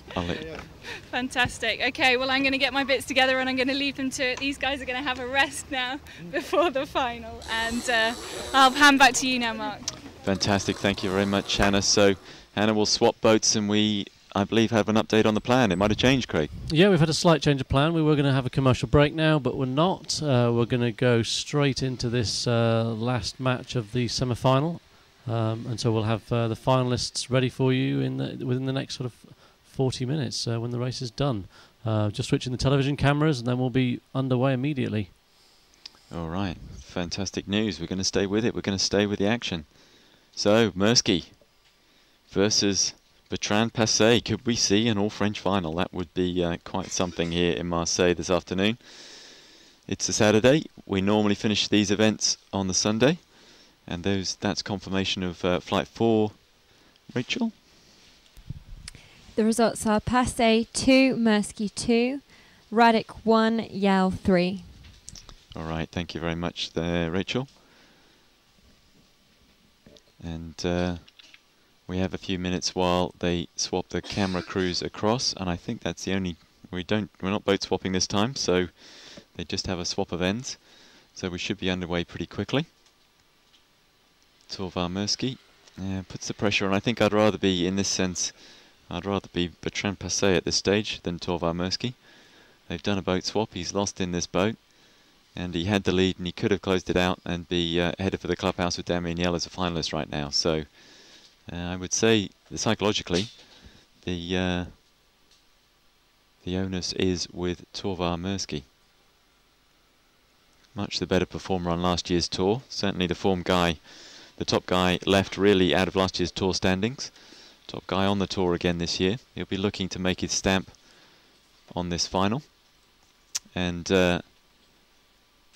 Torvar, really last season was a lot of a question of, I think, too many seconds out of finals and too many fourths out of semis, and he will be very, very anxious not to start off another tour with another fourth, or even another third. He'll want to make this final and he'll want to win it. But I never actually worked it out, but last year I certainly planned to go back and check what would have happened if he converted his all those fourths into thirds and the seconds into firsts. He would have been a lot further up the rankings for sure. So certainly when we talked to him before this event started, he was very keen to just turn it on the last day when it counted. Now, it isn't normally the last day, but it's going to be the last day because it's going to blow dogs off chains tomorrow. It's 45 knot Mistral forecast, so we will, whatever happens, we'll have a result tonight. And we'll all be sheltering in the clubhouse drinking coffee tomorrow. I think they're getting on with this boat swap. I can see sails up, which is usually a good sign. Headsail up on the grey boat, which will be Bertrand Passé. Sorry, Torvar Mirsky. And Passé will be in yellow for this one. And I think we can expect that as soon as we hear Hannah come back online that we'll be starting very, very shortly.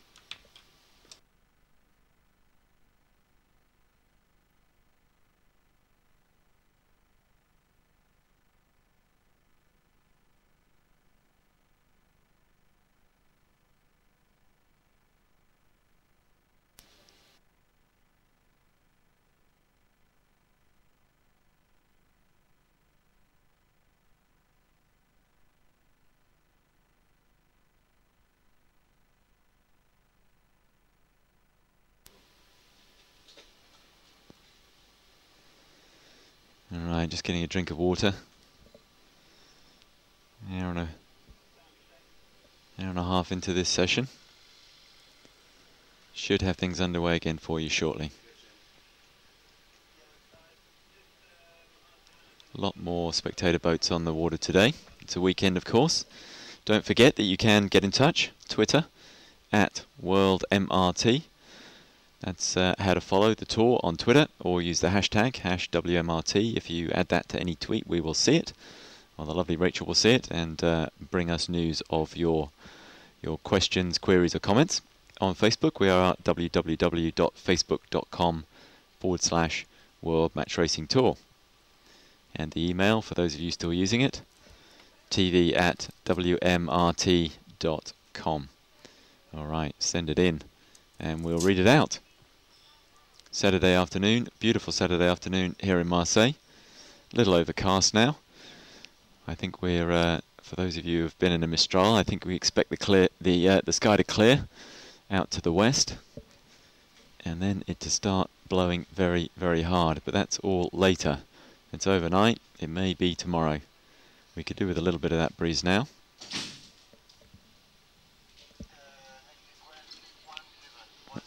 Okay, I think I can hear the radio going. We may be able to get shortly an update from Craig on the planned start, Craig. Yep, just had word from Philippe Gomez, and we're going to be going into sequence in 1 minute 20. All right, fantastic. So that will be a 7-minute gun. We bring the committee boat into frame.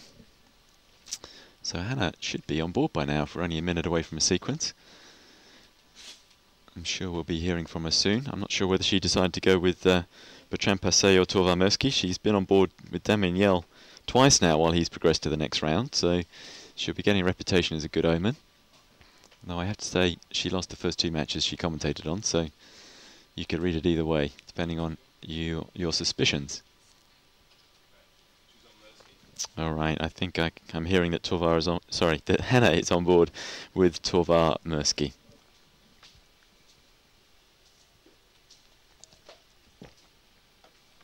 Sure, we'll be hearing from her soon.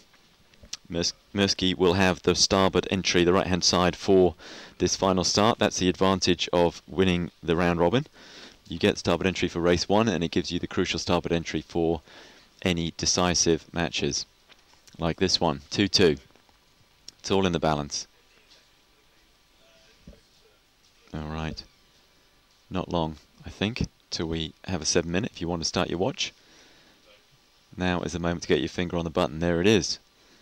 Great stuff. 7 minutes. So 3 minutes to entry, 2 minutes to the 5, and we'll have this final match of the semi-final underway. Still looking pretty light out there, I have to say. If anything, actually, it looks a little lighter. This is going to be a tough one. This is going to be one for light air Mediterranean sailors. Now, Torvar Mirsky last year, interestingly enough, in the quarter-final, got himself pinged, disqualified for overuse of body weight, kinetics, using the weight of the crew to roll the boat out of the tack a little too aggressively, a little too quickly, contravened the rule, said some things about that he wasn't too happy about the fact that the rule existed afterwards.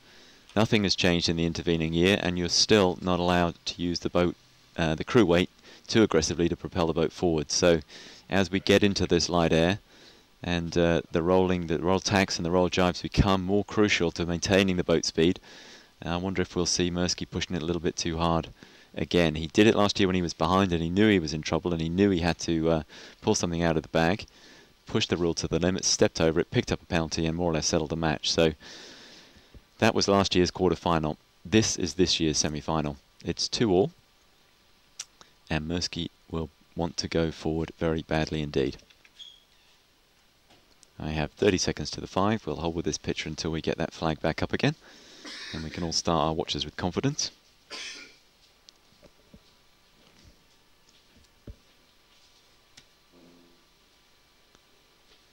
Committee boat here. I hope that lady's got some sunblock on.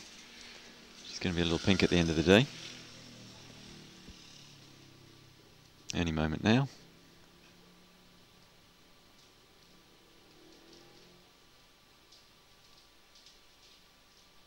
Horns in the air. There it is. All right, 5 minutes. A minute to the entry. We're going to track out now with that shot and find some boats. Preparing for this pre-start. On the right-hand side, we have Bertrand Passé in the yellow boat. Port end entry. Somewhere out of frame to the left, I'm sure, is Torvar Mirsky. So all about time and distance again. It's recalibration of time and distance. There was plenty of breeze earlier on in the day. And the boats were moving quick. It was full hiking. It was a totally different mindset now. That the sails will have to be reset. The rig powered up. Looks like these guys are on final approach. 18 seconds, 15 seconds to the entry.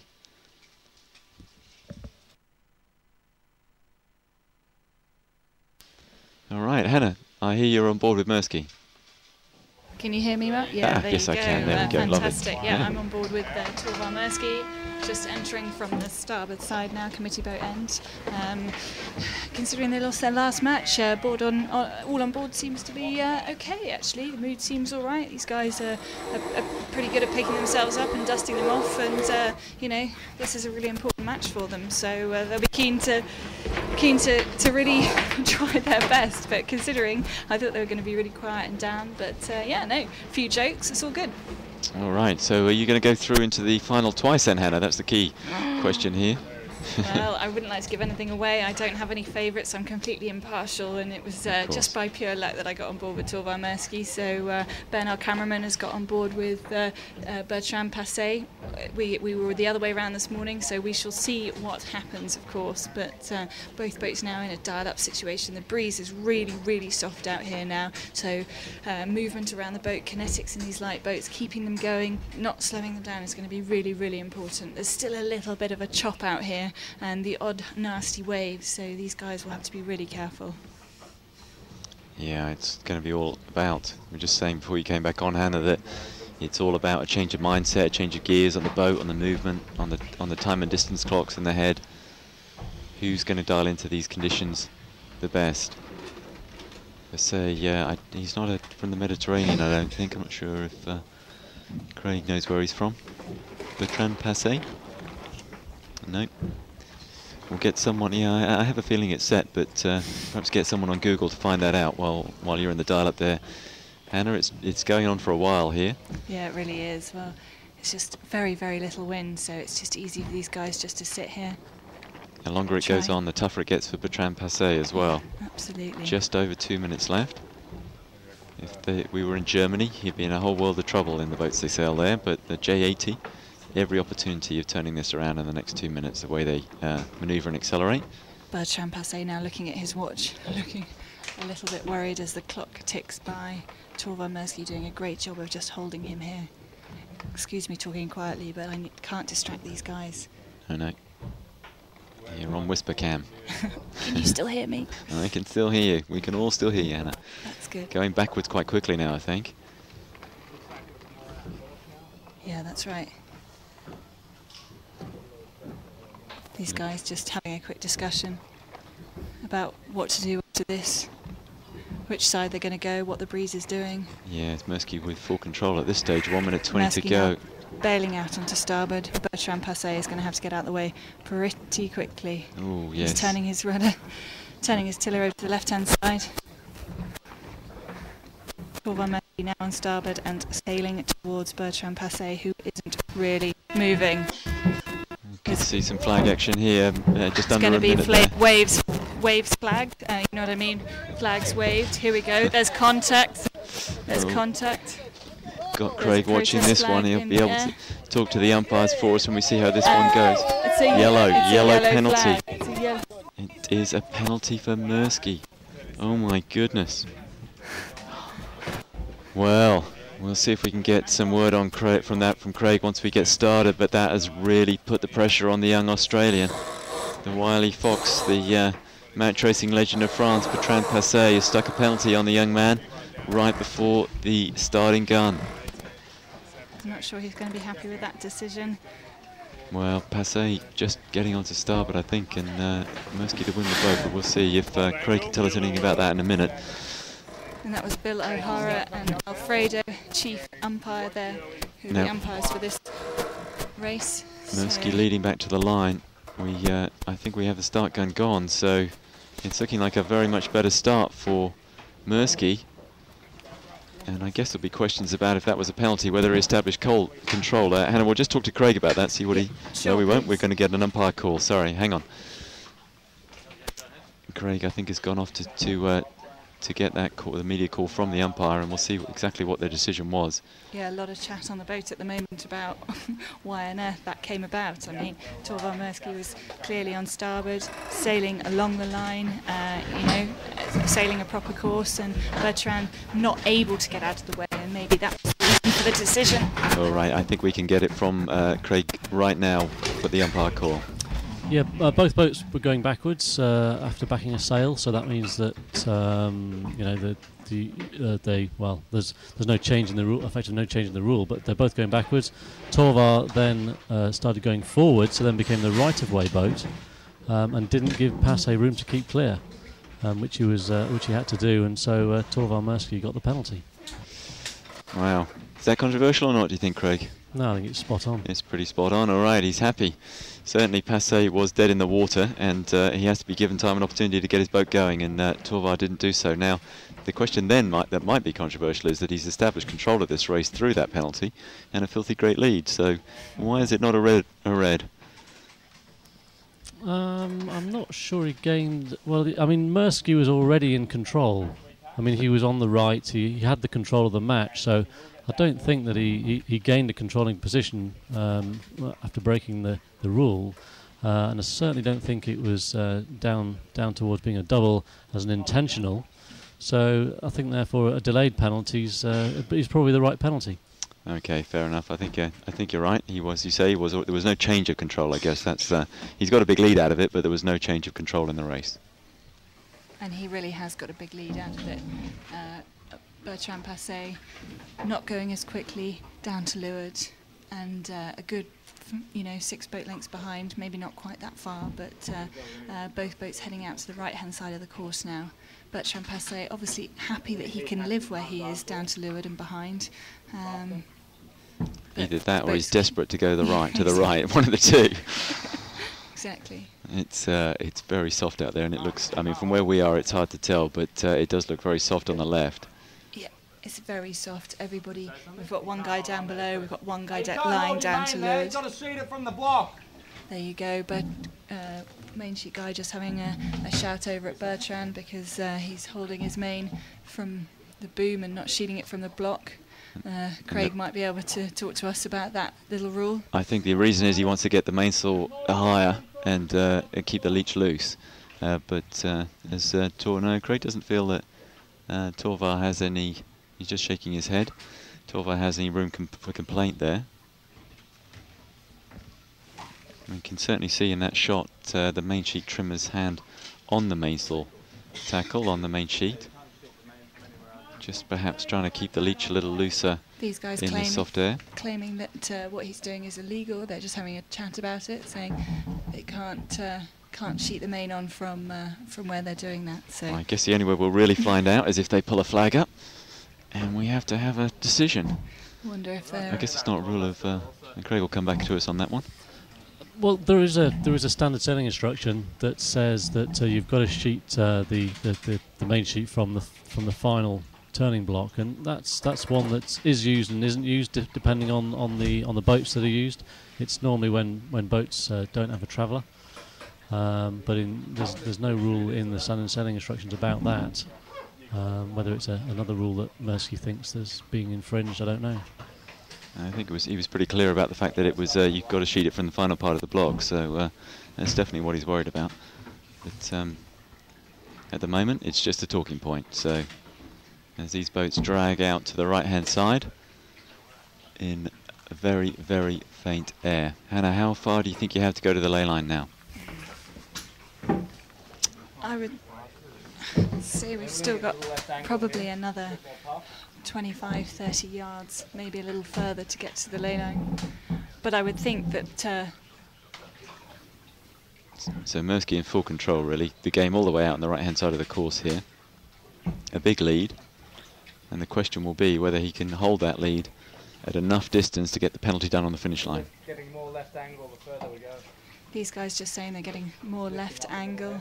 We're lifting the further we go out to the right-hand side of the course, so they'll be keen to probably go a little bit further in case it knocks on the other tack. Right, and we've seen that left-hand shift, that shift, anti-clockwise shift of the breeze at the top of the course very consistently this week. It's why the left has been paying at the top of the course. Doesn't appear to be any different right now if you're getting lifted into this mark. And by lifted we mean you can sail a little bit closer. The wind shifts to the left as you look forward when you're on this port tack that Mersky is now. Wind shifts to the left anti-clockwise and it allows you to sail closer to the mark. So lifted's generally good when you're going upwind like this. And the opposite is the header, when the wind shifts the other way and you're sailing further from the mark. Of course, what you do about that is usually tack, and so you're on the other tack, the wind is now then taking you closer to the mark again. Yeah, that windward mark now, a beam of us, and these guys just going a little further just to make sure. Of course, in the lighty winds, our tacking angles are a little bit bigger than they would have been when the breeze was a little bit higher. Got a little weight coming from a spectator boat, which these guys are just trying to navigate their way through. Thankfully, Bertrand having them too, so no advantage to either boat. Bertrand has managed to close the gap a little bit on Mersky. I think he's just pointing a fraction higher, but no speed difference between these two boats at the moment. And Mersky, of course, from Perth, which is a legendary breezy venue with the Fremantle Doctor. Those spectacular pictures that came out in 1987 when the America's Cup was raced there told everyone in the world that it was a place to go and sail in strong winds, and so the sailors that come out of there are generally known, they have reputations for being good in a breeze, and that may play into Bertrand Passet's advantage here a little bit. Passet in the right-hand boat, the yellow mainsail. Torvar Mersky on the left in the grey with a good lead, but with a penalty against him for that pre-start incident. So can he get the turn done? In these little J80s, I don't think he's going to need much time, maybe just 20-25 seconds. So we'll try and start a stopwatch as we get round this top mark.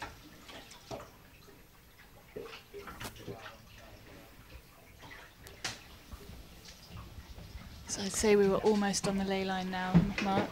All right, we'll just go around this. Looking to put an attack. Oh no, they're bearing off. My mistake. Oh, he's going to do the penalty now. Yeah. Wow. Get it off immediately and hold the lead. Coming out on starboard and ahead. Beautifully done by Mersky. Not going to wait till the finish.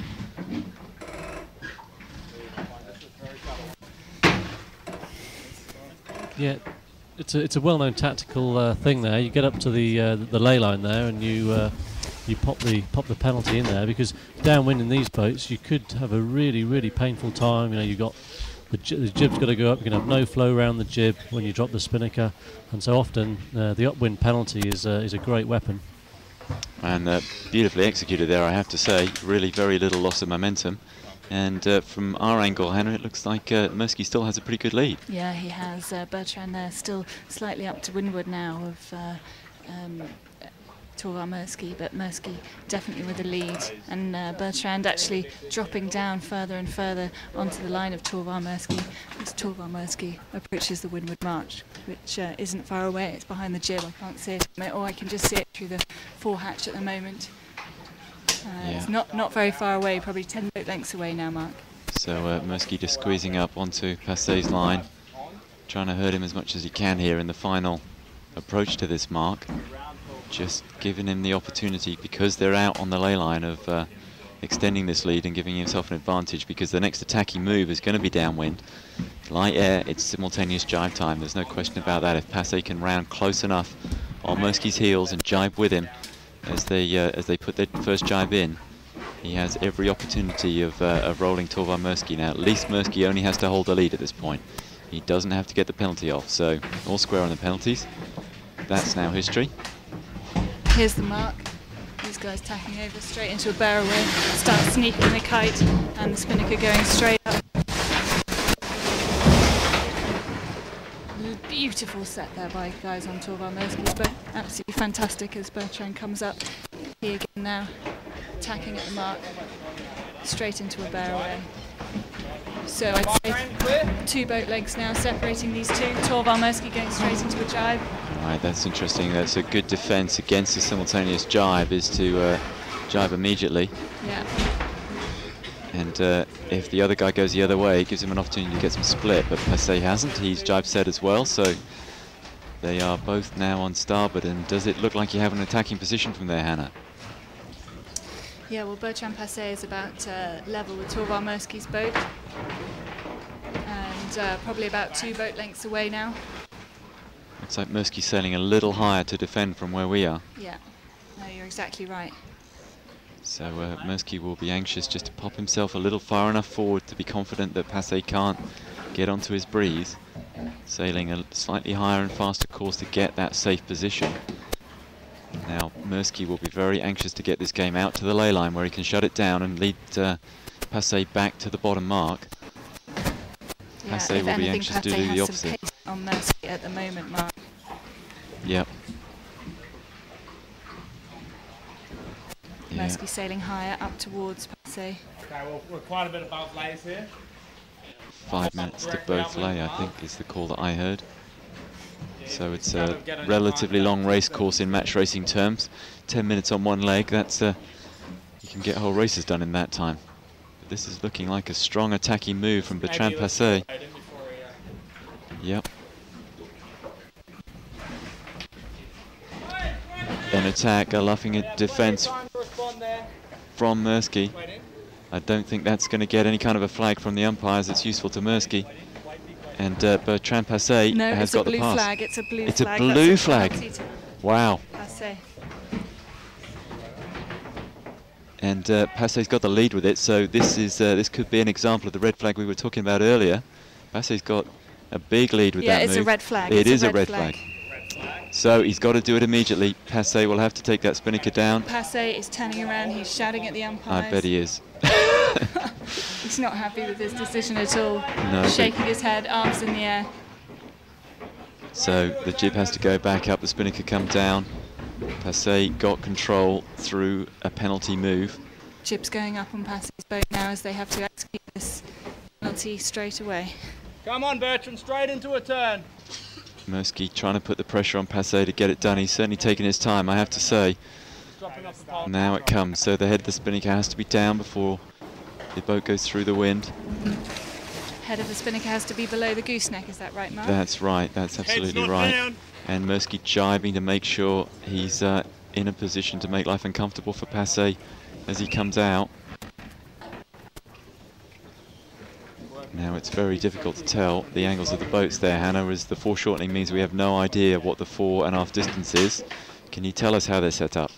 Sorry, say that again, Mark. Can you tell us how they're set up? The angle there, they're sailing straight away from us, and we can't tell how the fore and aft situation looks. Okay, well, Bertrand is almost exactly on Torvar Mersky's line, slightly to leeward of him, and now probably about 4 boat lengths behind. So Bertrand sailing now a little deeper than Torvar Mersky. Torvar Mersky now bearing away down towards the bottom mark. Torvar Mersky looking to sail deep and then put another jibe in towards the mark as he gets into ley line. Right, and I believe he said that Passé had a deep mode on him that he was worried about in the last race, and certainly trying to compete here, trying to get down lower, steer a little bit more towards the right, closer to that shore and closer to the leeward mark. Once he gets around that, he has an opportunity to build another lead and try and hold that on the final leg. Very, very tough conditions in this light air. Certainly Mersky looks like he's doing a good job at the moment. Hannah, is he getting across your bow there? Mersky, yeah, he is absolutely getting across the bow. He's now going for a jibe, and he will cross ahead of Passé. You'll be able to see that now. He's crossing in front of his bow, about 2 lengths ahead. All right, so Mersky has the lead back. 2 penalties in this match so far, and a lead change. It's all happening.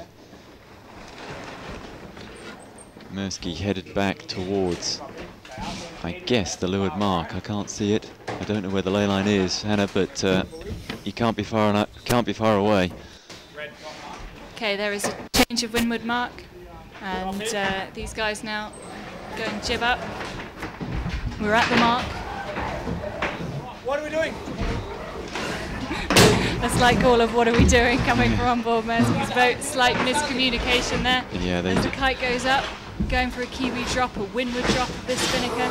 Started to come down the other side. I think they changed their minds. Yeah. It was, or there were 2 different drops going on there in different parts of the crew. Not tidy from Mersky. That's quite unusual. It will cost him a length or 2 and allow Passé to put the pressure back on again. Yeah, Passé's got a lot more pace coming out of this leeward mark, and actually is going to go straight into attack. And has caught right up with Mersky. That's going to really, really, really hurt. That slowed Mersky down. A slight lack of communication. All right, so just I think we could come quickly to Craig, Hannah, who's got the umpire call for that one. Yeah, it was Bertrand Passé was the windward boat in that manoeuvre, and he didn't keep clear. There was contact, and for the umpires, it looked like Passé took a controlling position after breaking the penalty, breaking a rule, so they gave him an immediate penalty. I think controversial decision, if you ask Bertrand Passé, I think. Yes, indeed. Certainly when I was watching it, I think I said that I thought it was Passé would be all right, but now I'm trying to replay it in my mind, and I'm thinking maybe he wasn't. He did certainly knew that Mersky was coming for him with plenty of opportunity to get out of the way early. Yeah, it's a tough decision by the umpires, because they've got to look at who was in control, who is now in control, and decide if that was a gain of a controlling position. But certainly from our angle, it certainly looked like Passé just rolled straight over the top and then was in the lead. Yeah, yes, indeed. All right, so 2 penalties, a lead change, and now a massive split, Hannah. Yeah, a massive split. Guys on board Torvar Mersky's boat just talking about that left-hand shift again. They've gone out to the left, they've let Passé go out to the right, and they're now tacking back in. Both boats now on port tack. It's very, very, very light out here. All right, Hannah, I think we can just get a quick update on Facebook from Rachel. Yep, on the blog, it's all about the wave Muscat. Kinsis says Mersky for the win, and Natalia says go Mersky, prove it. All right, so plenty of support for Torvar Mersky. That's how you get in touch. Twitter at WorldMRT, or use the hashtag #WMRT, and we'll see your tweet. On Facebook, we're www.facebook.com/World Match Racing Tour. And on email, if you've still got email, and a couple of us old fogies have, tv@wmrt.com. All right, there's the picture. On the left, we have in the yellow boat, Bertrand Passé. In the grey, Torvar Mersky. So Passé leading out to the right. Hannah? Yeah. Passé is going a long way right. Torvar Mersky just keeping in contact with him. It'll be very interesting to see when Passé tacks back onto ley line what the cross situation will be, but it's pretty hard to tell from here. Bertrand Passé just behind the jib and not able to see. I believe Bertrand Passé has just tacked back, and it looks like Mirsky is going to be okay. Yeah, Bertrand has indeed tacked Hannah, and the big cross set up here. Torvar will want to have a good lead into this mark if he possibly can, because again it's going to be tough to defend on this run in the light air.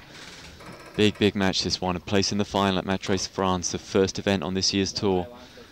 Crucial tour points at stake. A lead out of here gives you spring in your step into the next event in Germany in just a week's time. Momentum is going to be crucial on this year's tour because all the events are just a week apart for the first 5. Bertrand Passé has more pace coming into this. He's on starboard. It looks like he's going to clear. Another pass. A little bit tense on board now. Torvar Mirsky tacking. So he can't. He understands he can't get to Passé then.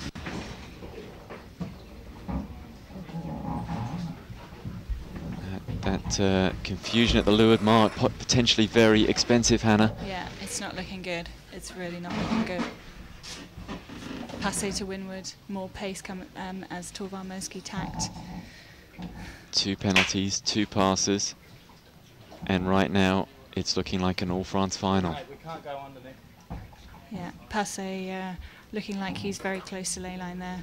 This is the red mark this time, right? The one just up to windward of you on the left-hand screen by the little Hobie Cat. That's correct. Passé's going to sail up to the mark, tack round it, go round, and nothing for Torvar Mirsky to do apart from follow him. And the tough thing is it's a much shorter run, I have to say. That mark is nowhere near as far away as it was in the first time, so it'll be easier for Bertrand to get out to the ley line, to the safe spot, and close down Mirsky's attacking options.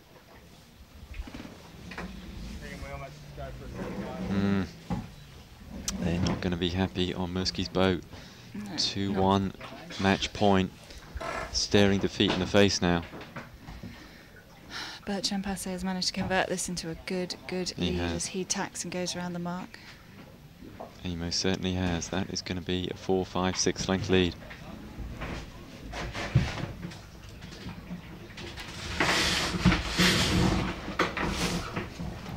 Nice hoist from Passé, Hannah. Yeah. Passé's looking good. It's kite up. Torvar Mirsky still sailing to the mark, still not there yet. Here it is. So soft out here now. Spinnaker's going up, turning slowly around the mark. And Bertrand Passé is off. We saw that so many times last year. The Torvar Mirsky into the semi-final, but not into the final. And the key thing now is for him to, if he does lose this, is to recover his boys and get a third.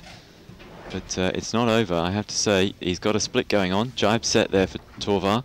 Yeah. Good move to pull. Slower hoist, but he's got some separation, and that is going to be the answer here. I think you've just got to back it, go the other way, and see if you can find the puff you need to take you home. Well, and I have to say, from where I'm sitting, it looks definitely like there's more pressure on the left-hand side of the course. Bertrand looks like he is just sailing into nothing over there. He may know something very different to me. I wouldn't like to put my money on anything right now. Well, for sure, it looks good on our camera because Bertrand is sailing away from us, and so he barely looks like he's moving, and Mirsky is sailing across the frame quite quickly, so it looks good for Mirsky on this shot, but it's definitely illusory. It could go either way. So very soft for Bertrand Passé, who's now jibed back and heading back up towards this side of the course. And he's done 2 jibes as well, so he will have made a loss there. Mirsky will have to jibe again to get back to him, obviously, and get back to the finish.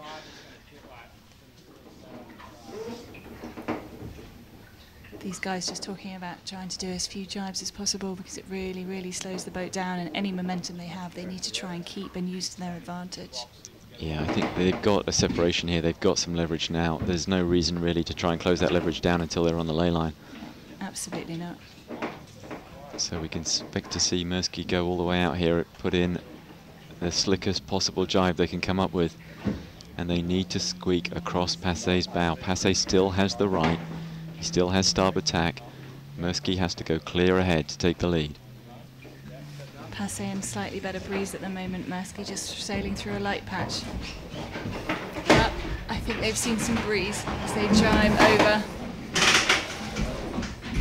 They've either seen some breeze or they're driving a delay. I'm not sure. I'm going to stick my head out and have a look. It's a tough conditions to jibe in. Lots of not much wind and lots of spectator boats out there watching this Saturday afternoon in Marseille. Choppy water, not much power. So this is a big cross. Mirsky struggling to accelerate from where we are. Struggling to get that spinnaker full.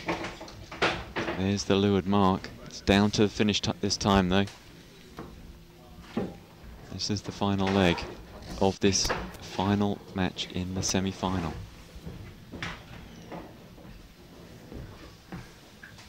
And there is the picture.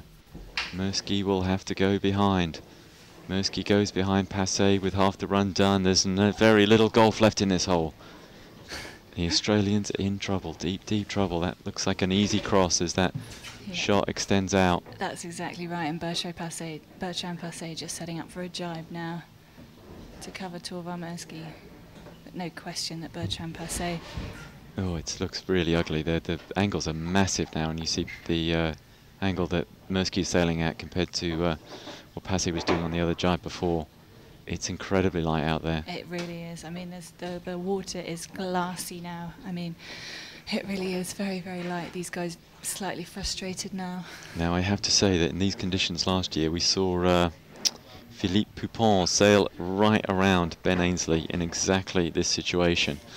But Ainsley sat completely becalmed. Poupon got the tiniest puff and just slid round his bow down to the line and away. Came from behind. Got it level back. I think it was a quarter-final. Got it back to 1-all. And the breeze popped back up and Ainsley shut it down 3-1 nevertheless. But still, it goes to show that it can be done even from behind. Having said Bertrand had a big lead, Torvar has just had a little finger of breeze and closed that gap. I mean, it's nowhere near enough, but it has closed, there's no question. Still quite a long way from the leeward mark, which means we're even further away from the finish line. There's still a long way to go, especially with these really large angles. Yeah, this is the final lap, of course. It's just down to the finish now, so not much left in distance, but quite a bit left in time. These guys setting up for another jibe now, I think. You've just got to try and find pressure to jibe in. I think that's the key to it. If you can jibe when you're moving and keep that spinnaker half full and get some acceleration out of it. Passé electing to go this time with Mirsky, staying between the man and the finish as much as he can. Just wonder if Mirsky's thinking that if they can stay with some pace in the jibe and force Bertrand into a couple more jibes, then they might be able to get the slight advantage. This is certainly a better jibe from Mirsky. He's come out of that with a little bit more puff in his spinnaker, a little bit more boat speed. He needs to get himself in an attacking position. Creeping towards the finish. Time is running out for Torvar Mirsky. Yeah, Mirsky has a little bit more pace and just slightly edging ahead of Bertrand Passé, who is down to leeward at the moment. Bertrand Passé much closer, or a bit closer to the finish line, but it's not over till it's over, Mark. It's not. Mirsky has the roll on, that's for sure. Do you think he's ley line? Can he get to the finish from there? Yeah, they think they can. They're going for the jibe. Anxious not to get... Will Passé go with him, or will he just try to get down to the finish? That's the question. I don't think he can get a clean jibe in without being rolled, so he's going to have to go to the other end. Yeah. Passé's continuing. Torvar Mirsky now jibe, sailing towards the finish line. Bertrand Passé still continuing. Now going for the jibe. It's going to be right down to the wire mark. Mirsky not fast out of that jibe though, Hannah. Passé goes for his final jibe. Passé's going to take it, I think. Yes, it does. Certainly looks like that in our picture. The angles are hard to tell, but the flag, if Passé wins it, will be a blue one. There's the turn down, and there is the blue flag. My word, we have an all-French final. My goodness. God, what a race. That was, well, 2 penalties, 2 passes in an absolutely vital match to make the final of Match Race France. Torvar Mirsky, I'm sure, is going to be a very disappointed man when you talk to him. I'm glad I'm not you, Hannah. I might smile sweetly and... Do your best, do your best. We'll see if we can get an interview with Torvar before we finish our live session here this afternoon. But we have a final. It will be Damien Yell versus Bertrand Passé, two Frenchmen in the final of Match Race France. That is, well, fantastic here for the home spectators. Torvar, you've had a great event, but probably not the ending you wanted. Yeah, obviously it was really, really difficult conditions here. It was quite tricky, and Bertrand, being probably knew the conditions and the subtleties of this place a little bit better than us in this light stuff, and managed to really be fast in the boats and get the wind that he needed to sail around us. So disappointing. We feel like we're sailing really well as a team, and it's just it's really heartbreaking when you feel like you're capable of winning those races. I mean, lots of lead changes in that, and even towards the end you were so close to him. Just really frustrating stuff out here. Yeah, it's not perfect match racing conditions. No one would say that this is the best sailing conditions, so it's always going to be very trying, and even if you're in front it's difficult, and Bertrand did a good job, so just got to congratulate him and move on for the next event.